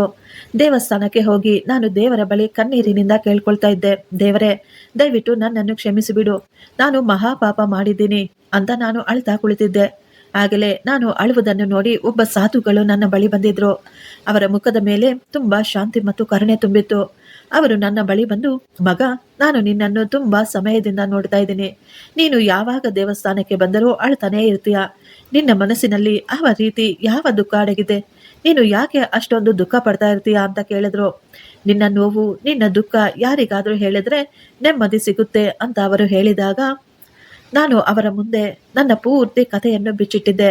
ಬಲವಂತವಾಗಿ ನನ್ನ ತಾಯಿಯ ಆಸೆಗಾಗಿ ಅವಳನ್ನು ಮದುವೆಯಾಗಿದ್ದು, ಸ್ಕ್ಯಾನಿಂಗ್ ರೂಮ್ನಲ್ಲಿ ನನಗೆ ಹೆಣ್ಣು ಮಗು ಅಂತ ಗೊತ್ತಾಗಿದ್ದು, ನಾನು ನನ್ನ ಹೆಂಡತಿಗೆ ವಿಷ ಕೊಟ್ಟಿದ್ದು ಮತ್ತು ಆ ಪೆಟ್ಟಿಗೆಯಲ್ಲಿ ಮುಚ್ಚಿಟ್ಟಿದ್ದು ಎಲ್ಲವನ್ನು ಅವರಿಗೆ ಹೇಳಿಬಿಟ್ಟಿದ್ದೆ. ನನ್ನ ಮಾತು ಕೇಳಿ ಅವರು ಈಗ ದೀರ್ಘವಾಗಿ ಉಸಿರು ತೆಗೆದುಕೊಂಡಿದ್ರು. ಮಗು, ನೀನು ತುಂಬಾ ದೊಡ್ಡ ತಪ್ಪು ಮಾಡಿಬಿಟ್ಟಿದೀಯಾ. ನೀನು ಮಾಡಿದ್ದು ಅದು ತುಂಬಾ ದೊಡ್ಡ ಪಾಪ. ತುಂಬು ಗರ್ಭಿಣಿಯನ್ನು ಕೊಂದು ಹಾಕಿದೀಯಾ. ನಿನ್ನ ಪಾಪಕ್ಕೆ ಆ ದೇವರು ತುಂಬಾ ದೊಡ್ಡ ಶಿಕ್ಷೆ ಖಂಡಿತ ಕೊಡ್ತಾನೆ. ಆದ್ರೆ ಅದೇ ದೇವರು ಅವನು ಕರುಣಾಮಯಿ. ನೀನು ಒಳ್ಳೆಯ ಮನಸ್ಸಿನಿಂದ ಆ ದೇವರನ್ನು ಕೇಳಿಕೊಂಡರೆ ಅವನು ನಿನ್ನನ್ನು ಖಂಡಿತ ಕ್ಷಮಿಸ್ತಾರೆ. ಗುರುಗಳೇ, ನಾನೇನು ಮಾಡಬೇಕು? ನಾನು ಪ್ರತಿದಿನ ದೇವಸ್ಥಾನಗಳ ಸುತ್ತಲ ಅಲಿತಾ ಇದ್ದೀನಿ, ದಾನ ಧರ್ಮ ಮಾಡ್ತಾ ಇದ್ದೀನಿ. ಆದ್ರೆ ನನಗೆ ಈಗ ನೆಮ್ಮದಿಯೇ ಸಿಗ್ತಾ ಇಲ್ಲ ಅಂತ ನಾನು ತುಂಬಾ ದುಃಖದಲ್ಲೇ ಹೇಳ್ತಿದ್ದೆ. ಆಗ ಗುರುಗಳು ತುಂಬಾ ಶಾಂತವಾಗಿ ಹೇಳಿದ್ರು, ನೀನು ನಿಜವಾಗಿಯೂ ಕ್ಷಮಾಪಣೆ ಬಯಸುವವನಾದ್ರೆ ದೇವಸ್ಥಾನದಲ್ಲಿ ಬಂದು ಅಳ್ತಾ ಇದ್ರೆ ನಿಂಗೆ ಕ್ಷಮೆ ಸಿಗೋದಿಲ್ಲ. ನೀನು ವಾಪಸ್ಸು ನಿನ್ನ ಸ್ಥಳಕ್ಕೆ ಹೋಗು, ನಿನ್ನ ಮನೆಗೆ ಹೋಗು. ನೀನು ಯಾರಿಗಾದರೆ ಸುಳ್ಳು ಹೇಳಿದೀಯೋ ಎಲ್ಲರ ಮುಂದೆ ಸತ್ಯವನ್ನು ಒಪ್ಪಿಕೋ. ನೀನು ಮಾಡಿದ ಪಾಪವನ್ನು ಎಲ್ಲರ ಮುಂದೆ ಬಿಚ್ಚಿಡು. ಎಲ್ಲಿಯವರೆಗೂ ನೀನು ಮಾಡಿದ ಪಾಪವನ್ನು ನೀನು ಬೇರೆಯವರ ಮುಂದೆ ಒಪ್ಪಿಕೊಳ್ಳೋದಿಲ್ವೋ ಅಲ್ಲಿಯವರೆಗೂ ಆ ದೇವರು ಕೂಡ ನಿನ್ನನ್ನು ಕ್ಷಮಿಸುವುದಿಲ್ಲ. ಹೋಗು, ಸತ್ಯವನ್ನು ಎದುರಿಸು. ಆ ದೇವರು ನಿನ್ನ ದಾರಿಯನ್ನು ಸುಗಮ ಮಾಡುತ್ತಾನೆ. ಆ ಸಂತರ ಮಾತುಗಳನ್ನು ಕೇಳಿ ನನಗೆ ತುಂಬಾ ಸಂತೋಷವಾಯಿತು. ಸುಮಾರು 10 ವರ್ಷಗಳ ನಂತರ ನಾನು ನನ್ನ ದೇಶಕ್ಕೆ ವಾಪಸ್ ಬಂದಿದ್ದೆ. ಏರ್ಪೋರ್ಟಿನಿಂದ ಸೀದಾ ನನಗೆ ಮನೆಗೆ ಬಂದಿಳಿದೆ. ನನ್ನ ಮನೆ ಈಗಲೂ ಬೀಗ ಹಾಕಲಾಗಿತ್ತು. ಮನೆಯ ಬೀಗ ತೆಗಿತಾ ಇರಬೇಕಾದ್ರೆ ನನ್ನ ಕೈಗಳು ನಡುತ್ತಾ ಇದ್ವು. ಮನೆಯಲ್ಲಿ ಎಲ್ಲ ವಸ್ತುಗಳ ಮೇಲೆ ಧೂಳು ತುಂಬಿತ್ತು. ಆದರೆ ಮಂಚದ ಕೆಳಗೆ ಆ ಹಳೆಯ ಪೆಟ್ಟಿಗೆ ಮಾತ್ರ ಅದೇ ರೀತಿ ಬಿದ್ದಿತ್ತು. ಮನೆಗೆ ಹೋದ ತಕ್ಷಣ ನಾನು ಮೊಟ್ಟ ಮೊದಲನೆಯ ಬಾರಿಗೆ ನನ್ನ ಎಲ್ಲ ಅಕ್ಕ ತಂಗಿಯರಿಗೆ ಫೋನ್ ಮಾಡಿ ಮನೆಗೆ ಕರೆದಿದ್ದೆ. ನಂತರ ಅಕ್ಕಪಕ್ಕದವರನ್ನು, ಸಂಬಂಧಿಕರನ್ನು ಕೂಡ ಮನೆಗೆ ಕರೆದಿದ್ದೆ. ಈಗ ಎಲ್ಲ ಸಂಬಂಧಿಕರು, ಅಕ್ಕಪಕ್ಕದವರು ನಮ್ಮ ಮನೆಗೆ ಬಂದಿದ್ರು. ನಾನು ಅವರ ಎದುರುಗಡೆ ನಿಂತುಕೊಂಡಿದ್ದೆ. ಅವರೆಲ್ಲರೂ ನನ್ನನ್ನು ನೋಡಿ ತುಂಬಾ ಹೊಗಳ್ತಾ ಇದ್ರು. ನಾನು ಅವರಿಗೆ ಹೇಳಿದೆ, ನಾನು ಒಬ್ಬ ಅಪರಾಧಿ, ನಾನೊಬ್ಬ ಹಂತಕ. ನನ್ನ ಮಾತುಗಳನ್ನು ಕೇಳಿ ಅಲ್ಲಿದ್ದವರೆಲ್ಲರೂ ಶಾಕ್ ಆಗಿ ಹಾಗೆಯೇ ನಿಂತುಕೊಂಡಿದ್ರು. ಅಜಯ್, ನಿನಗೆ ಏನಾಯ್ತು? ನೀನು ಏನ್ ಹೇಳ್ತಾ ಇದೀಯಾ? ನನ್ನ ಹೆಂಡತಿ ಸಂಧ್ಯಾ, ಅವಳು ಯಾರ ಜೊತೆನೂ ಓಡಿ ಹೋಗಿರ್ಲಿಲ್ಲ. ಅವಳನ್ನು ನಾನೇ ನನ್ನ ಕೈಯಾರೆ ಕೊಂದು ಹಾಕಿದ್ದೆ. 10 ವರ್ಷದ ಮೊದಲೇ ನಾನು ವಿದೇಶಕ್ಕೆ ಹೋಗುವ ಆ ರಾತ್ರಿ ನನ್ನ ಹೆಂಡತಿಯನ್ನು ನನ್ನ ಕೈಯಾರೆ ಅವಳಿಗೆ ವಿಷವನ್ನು ಕೊಟ್ಟಿದ್ದೆ. ಅವಳ ಶವವನ್ನು ಇದೇ ಪೆಟ್ಟಿಗೆಯಲ್ಲಿ ಇಟ್ಟಿದ್ದೀನಿ. ನಾನು ಆ ಪೆಟ್ಟಿಗೆಯನ್ನು ತೋರಿಸುತ್ತಾ ಎಲ್ಲರಿಗೂ ವಿವರಿಸಿದೆ. ನನ್ನ ಮಾತುಗಳನ್ನು ಅವರು ಯಾರೂ ನಂಬಲು ತಯಾರೇ ಇರಲಿಲ್ಲ. ನನ್ನ ಅಕ್ಕ ತಂಗಿಯರು ಅವರು ಶಾಕ್ ಆಗಿ ಅಲ್ಲಿಯೇ ಕುಸಿದು ಬಿದ್ದಿದ್ರು. ನನ್ನ ಗೆಳೆಯರು ನನ್ನ ಹತ್ತಿರ ಬಂದು, ಅಜಯ್, ನಿನಗೆ ಏನಾಗಿದೆಯೋ? ಯಾಕೆ ಈ ರೀತಿ ಎಲ್ಲ ಹುಚ್ಚನ ಹಾಗೆ ಮಾತನಾಡ್ತಾ ಇದೆಯಾ? ಒಂದು ವೇಳೆ ಈ ಪೆಟ್ಟಿಗೆಯಲ್ಲಿ ಶವ ಇದ್ದಿದ್ರೆ ಈ 10 ವರ್ಷದಲ್ಲಿ ಒಮ್ಮೆನಾದ್ರೂ ವಾಸನೆ ಬರಬೇಕಾಗಿತ್ತು. ಈ ಪೂರ್ತಿ ಹಳ್ಳಿಯಲ್ಲಿ ವಾಸನೆ ಯಾರಿಗೂ ಗೊತ್ತಾಗ್ತಾನೆ ಇತ್ತು. ನಿನ್ನ ಮನೆಯ ಬಳಿ ಯಾವುದೇ ರೀತಿಯ ಕೆಟ್ಟ ವಾಸನೆ ಬಂದಿರಲಿಲ್ಲ. ಇಲ್ಲ ಇಲ್ಲ, ನಾನು ಸತ್ಯ ಹೇಳ್ತಿದ್ದೀನಿ. ನಾನು ನಿಮಗೆ ಸಾಕ್ಷಿ ತೋರಿಸ್ತೀನಿ, ಇರಿ ಅಂತ ಹೇಳಿ ನಾನು ಅವರೆಲ್ಲರನ್ನು ದೂರ ಸರಿಸಿಕೊಂಡು ಆ ಪೆಟ್ಟಿಗೆಯ ಬಳಿ ಹೋದೆ. ನನ್ನ ಸೂಟ್ಕೇಸ್ನಿಂದ ಅದರ ಬೀಗವನ್ನು ತೆಗೆದುಕೊಂಡೆ. ನಡುಗುತ್ತಿರುವ ಕೈಗಳಿಂದಲೇ ಆ ಪೆಟ್ಟಿಗೆಯನ್ನು ಓಪನ್ ಮಾಡಿದ್ದೆ. ನಾನು ಕಣ್ಣು ಮುಚ್ಚಿಕೊಂಡು ನಿಧಾನವಾಗಿ ಉಸಿರಾಡುತ್ತಾ ಆ ಪೆಟ್ಟಿಗೆಯನ್ನು ಓಪನ್ ಮಾಡಿ ಒಳಗಿನ ದೃಶ್ಯವನ್ನು ನೋಡಿ ನನ್ನ ಮೈಂಡ್ ಬ್ಲಾಕ್ ಆಗೋಗಿತ್ತು. ಆ ಪೆಟ್ಟಿಗೆ ಅದು ಈಗ ಪೂರ್ತಿ ಖಾಲಿಯಾಗಿತ್ತು. ಅದರಲ್ಲಿ ಶವವಾಗಲಿ ಮೂಳೆಗಳಾಗಲಿ ಇರಲಿಲ್ಲ. ಅದರಲ್ಲಿ ಕೇವಲ ಒಂದೇ ಒಂದು ಹಳೆಯ ಕಾಗದ ಬಿದ್ದಿತ್ತು. ಅದನ್ನು ನೋಡಿ ನನಗೆ ತುಂಬಾ ಶಾಕ್ ಆಗಿತ್ತು. ಇದೆಲ್ಲ ಹೇಗೆ ಸಾಧ್ಯ? ನಾನು ಈ ಪೆಟ್ಟಿಗೆಯಲ್ಲೇ ಅವಳನ್ನು ಮಲಗಿಸಿದ್ದೆ. ಜನ ಎಲ್ಲ ನನ್ನನ್ನು ವಿಚಿತ್ರವಾಗಿ ನೋಡ್ತಾ ಇದ್ರು, ಹುಚ್ಚನ ರೀತಿ. ಅಲ್ಲಿರುವ ಎಲ್ಲರೂ ಹೇಳ್ತಾ ಇದ್ರು ಇದರಲ್ಲಿ ಏನೂ ಇಲ್ಲ ಅಂತ. ನಾನು ನಡುಗುತ್ತಿರುವ ಕೈಗಳಲ್ಲೇ ಆ ಕಾಗದವನ್ನು ಓಪನ್ ಮಾಡಿ ನೋಡಿದೆ. ಅದು ಸಂಧ್ಯಾಳ ಬರವಣಿಗೆಯಾಗಿತ್ತು. ನಾನು ಈಗ ಆ ಪತ್ರವನ್ನು ಓದತೊಡಗಿದ್ದೆ. ಅದನ್ನು ಓದುತ್ತಾ ನಾನು ಅಲ್ಲೇ ನೆಲದ ಮೇಲೆ ಕುಸಿದು ಬಿದ್ದು ಹೋದೆ. ಅದರಲ್ಲಿ ಈ ರೀತಿ ಬರೆಯಲಾಗಿತ್ತು, ಅಜಯ್, ನನಗೆ ಚೆನ್ನಾಗಿ ಗೊತ್ತು ನೀನು ನನ್ನನ್ನು ಕೊಂದು ಹಾಕ್ತೀಯಾ ಅಂತ. ನೀನು ಯಾವತ್ತು ವಿಷದ ಬಾಟಲಿ ಖರೀದಿಸಿಕೊಂಡು ಬಂದ್ಯೋ ಆವತ್ತೇ ನಾನು ಅದನ್ನು ನೋಡಿಬಿಟ್ಟಿದ್ದೆ. ನೀನು ಸ್ನಾನಕ್ಕೆ ಹೋಗಿದ್ದಾಗ ನಾನು ಆ ಬಾಟಲಿಯಲ್ಲಿದ್ದ ವಿಷವನ್ನು ಚೆಲ್ಲಿಬಿಟ್ಟು ಅದರಲ್ಲಿ ಜೇನುತುಪ್ಪವನ್ನು ತುಂಬಿಸಿಟ್ಟಿದ್ದೆ. ನೀನು ನನಗೆ ಕೊಟ್ಟ ಹಾಲು ಅದರಲ್ಲಿ ವಿಷವಿರಲಿಲ್ಲ, ಕೇವಲ ಜೇನುತುಪ್ಪವಿತ್ತು. ನಾನು ನಿನ್ನ ಮುಂದೆ ಕೇವಲ ಸಾಯುವ ರೀತಿ ಒದ್ದಾಡ್ತಾ ಇದ್ದೆ, ನಾಟಕವಾಡ್ತಾ ಇದ್ದೆ ಅಷ್ಟೇ. ಆಗ ನೀನು ನಾನು ಸತ್ತೋಗಿದ್ದೀನಿ ಅನ್ಕೊಂಡು ನನ್ನನ್ನು ಈ ಪೆಟ್ಟಿಗೆಯಲ್ಲಿ ಇಟ್ಟು ನಿಮ್ಮ ಅಕ್ಕ ತಂಗಿಯರಿಗಾಗಿ, ಬಂಧು ಮಿತ್ರರಿಗಾಗಿ ಫೋನ್ ಮಾಡಲು ಹೊರಗೆ ಹೋಗ್ತೀಯಾ ಅಂತ ನನಗೆ ಚೆನ್ನಾಗಿ ಗೊತ್ತಿತ್ತು. ನೀನು ಹೊರಗೆ ಹೋದ ತಕ್ಷಣ ನಾನು ಆ ಪೆಟ್ಟಿಗೆಯಿಂದ ಹೊರ ಬಂದು ಬಿಟ್ಟಿದ್ದೆ. ಎಲ್ಲರೂ ಮನೆಗೆ ಬರುವ ಮೊದಲೇ ನಾನು ನಿನ್ನ ಮನೆ ಬಿಟ್ಟು ಹೊರಟು ಹೋದೆ. ನೀನು ನನ್ನನ್ನು ಕೊಲ್ಲಲು ಎಲ್ಲ ರೀತಿ ಪ್ರಯತ್ನ ಪಟ್ಟಿದ್ದೆ. ಆದರೆ ಆ ದೇವರು ನನ್ನನ್ನು ಮತ್ತು ನನ್ನ ಮಗುವನ್ನು ಕಾಪಾಡಿಬಿಟ್ಟಿದ್ದ. ನೀನು ಜೀವನವೆಲ್ಲ ನನ್ನನ್ನು ಹುಡುಕ್ತಾನೆ ಇರ್ತೀಯ, ಆದರೆ ನಾನು ಮಾತ್ರ ನಿನಗೆ ಯಾವತ್ತೂ ಸಿಗೋದಿಲ್ಲ. ನಾನು ಆ ಪತ್ರವನ್ನು ಓದಿ ಮುಗಿಸುವಷ್ಟರಲ್ಲಿ ಅಲ್ಲಿದ್ದವರೆಲ್ಲರೂ ಈಗ ಗುಸುಗುಸು ಅಂತ ಮಾತನಾಡ್ಕೊಳ್ತಾ ಇದ್ರು. ಇವನು ಸತ್ಯ ಹೇಳ್ತಾ ಇದ್ದಾನ? ಇವನು ತನ್ನ ಹೆಂಡತಿಯನ್ನು ಸಾಯಿಸಲು ಪ್ರಯತ್ನ ಪಟ್ಟಿದ್ನ? ಇವನು ಇಷ್ಟೊಂದು ನೀಚವಾದವನ ಅಂತ ಅವರೆಲ್ಲ ಮಾತನಾಡ್ತಾ ಇದ್ರು. ನನ್ನ ಅಕ್ಕ ತಂಗಿಯರು ಈಗ ನನ್ನ ಬಳಿ ಬಂದಿದ್ರು. ಅವರ ಕಣ್ಣುಗಳಲ್ಲಿ ನೀರು ತುಂಬಿದ್ವು. ಅವರು ತುಂಬಾ ಕೋಪದಿಂದ ನನ್ನನ್ನೇ ಗುರಾಯಿಸ್ತಾ ಇದ್ರು. ನನ್ನ ಅಕ್ಕಂದಿರು ನನ್ನ ಕೆನ್ನೆಗೆ ಜೋರಾಗಿ ಹೊಡೆದು, ನೀನು ಇಷ್ಟೊಂದು ನೀಚ ಅಂತ ಅಂದುಕೊಂಡಿರ್ಲಿಲ್ಲ. ನೀನು ನಮ್ಮೆಲ್ಲರನ್ನು ಮೋಸ ಮಾಡಿಬಿಟ್ಟೆ. ಅಮಾಯಕ ಹುಡುಗಿಯ ಮೇಲೆ ಸುಳ್ಳು ಆಪಾದನೆ ಹೊರಿಸಿಬಿಟ್ಟೆ. ನಿನ್ನಂತಹ ನೀಚನ ಮಾತುಗಳನ್ನು ಕೇಳಿಕೊಂಡು ನಾವು ಕೂಡ ಆ ಹುಡುಗಿಯನ್ನು ಎಷ್ಟೊಂದು ಕೆಟ್ಟದಾಗಿ ಬೈಕೊಂಡಿರ್ತೀವಿ. ಇದೆಲ್ಲವನ್ನು ಮಾಡ್ತಾ ಇದ್ರೆ ನಿನಗೆ ಸ್ವಲ್ಪ ಕೂಡ ನಾಚಿಕೆಯಾಗ್ಲಿಲ್ವಾ? ಜನರ ಮುಖದಲ್ಲಿ ಈಗ ನನ್ನ ಬಗ್ಗೆ ಯಾವುದೇ ರೀತಿಯ ಗೌರವವಿರಲಿಲ್ಲ. ಅವರೆಲ್ಲರೂ ನನ್ನನ್ನು ಈಗ ಒಬ್ಬ ನೀಚನ ರೀತಿ ನೋಡ್ತಾ ಇದ್ರು. ನಿನ್ನೆಯವರೆಗೂ ಯಾವ ಜನ ನನ್ನನ್ನು ಗೌರವದಿಂದ ನೋಡ್ತಾ ಇದ್ರೋ ಅದೇ ಜನ ಈ ದಿನ ನನ್ನನ್ನು ಗುರಾಯಿಸ್ತಾ ಇದ್ರು. ಒಬ್ಬೊಬ್ಬರಾಗಿ ಎಲ್ಲರೂ ಅಲ್ಲಿಂದ ಹೊರಗೆ ಹೊರಟೋಗಿದ್ರು. ನಾನು ಅಲ್ಲೇ ಕುಸಿದು ಕೆಳಗೆ ಬಿದ್ದಿದ್ದೆ. ನನ್ನ ಕಣ್ಣಿನಿಂದ ನೀರು ಹರಿತಾ ಇತ್ತು. ಆದರೆ ನನಗೆ ಈಗ ಸ್ವಲ್ಪ ನೆಮ್ಮದಿ ಇತ್ತು. ಅವಳು ಜೀವಂತವಾಗಿದ್ದಾಳೆ. ನನ್ನ ಹೆಂಡತಿ ಸಂಧ್ಯಾ ಇನ್ನೂ ಜೀವಂತವಾಗಿದ್ದಾಳೆ ಎನ್ನುವ ಒಂದೇ ಒಂದು ನಂಬಿಕೆ ಮಾತ್ರ ನನಗಿತ್ತು. ಅಷ್ಟು ಮಾತ್ರವಲ್ಲ, ನನ್ನ ಮಗಳು ಕೂಡ ಈ ಲೋಕದಲ್ಲಿದ್ದಾಳೆ ಎನ್ನುವ ಆ ಮಾತು ನನಗೆ ಎಷ್ಟೋ ಸಂತೋಷ ಕೊಡ್ತಾ ಇತ್ತು. ನಾನು ಹಂತಕನಲ್ಲದಿದ್ದರೂ ಯಾವ ಹಂತಕನಿಗೂ ಕಡಿಮೆ ಇರಲಿಲ್ಲ. ನಾನು ಈಗ ಯಾರನ್ನು ಕೇರ್ ಮಾಡಲಿಲ್ಲ. ನನ್ನಲ್ಲಿ ಈಗ ಕೇವಲ ಒಂದೇ ಒಂದು ಹಠವಿತ್ತು. ಹೇಗಾದರೂ ಮಾಡಿ ನನ್ನ ಮಗುವನ್ನು, ನನ್ನ ಹೆಂಡತಿಯನ್ನು ಹುಡುಕಬೇಕು. ನನ್ನ ಮಗುವನ್ನು ನಾನು ನೋಡಬೇಕು. ಅವರ ಕಾಲಿಗೆ ಬಿದ್ದು ಕ್ಷಮೆ ಕೇಳಬೇಕು. ಅದಕ್ಕಾಗಿಯೇ ನಾನು ಈಗ ನನ್ನ ಅತ್ತೆ ಮನೆಗೆ ಹೋಗಿದ್ದೆ. ಸಂಧ್ಯಾಳ ಅಪ್ಪ ಅಮ್ಮ ಅವರಿಗೆ ಈಗ ತುಂಬಾ ಮುದುಕರಾಗ್ಬಿಟ್ಟಿದ್ರು. ಅವರಿಗೆ ತುಂಬಾ ವಯಸ್ಸಾಗ್ಬಿಟ್ಟಿತ್ತು. ನನ್ನನ್ನು ನೋಡಿ ಅವರು ಕೋಪದಿಂದ ಕೂಗಾಡ್ತಾ ಇದ್ರು. 10 ವರ್ಷಗಳ ನಂತರ ನೀನು ಮತ್ತೆ ನಮ್ಮ ಮನೆಗೆ ಯಾಕೆ ತಾನೇ ಬಂದಿದೀಯಾ? ನನ್ನ ದುಃಖವನ್ನು ಹೆಚ್ಚು ಮಾಡಲು ಬಂದಿದ್ದೀಯಾ? ಅವರು ತುಂಬಾ ಕೋಪವಾಗಿ, ತುಂಬಾ ದ್ವೇಷವಾಗಿ ಈ ಮಾತುಗಳನ್ನ ಹೇಳ್ತಾ ಇದ್ರು. ನಾನು ಅವರ ಕಾಲಿಗೆ ಬಿದ್ದು ಕಣ್ಣೀರಿನಿಂದ ನಡೆದ ಎಲ್ಲ ಸತ್ಯವನ್ನು ಅವರಿಗೆ ವಿವರಿಸಿದ್ದೆ. ನಾನು ಆ ಪತ್ರವನ್ನು ಸಹ ಅವರಿಗೆ ಕೊಟ್ಟೆ. ಸತ್ಯವನ್ನು ತಿಳಿದುಕೊಂಡು ಆ ಪತ್ರವನ್ನು ನೋಡಿ ಅವರು ಶಾಕ್ ಆಗಿದ್ರು. ಈಗ ಅವರ ಕಣ್ಣುಗಳಲ್ಲಿ ನನ್ನ ಮೇಲೆ ಕೇವಲ ಕೋಪವಿತ್ತು. ಆದರೆ ತಮ್ಮ ಮಗಳು, ಅವಳು ಯಾವುದೇ ತಪ್ಪು ಮಾಡಿಲ್ಲ, ಅವಳು ಜೀವಂತವಾಗಿದ್ದಾಳೆ ಎನ್ನುವ ಸಂತೋಷ ಅವರಲ್ಲಿ ಕಾಣಿಸ್ತಾ ಇತ್ತು.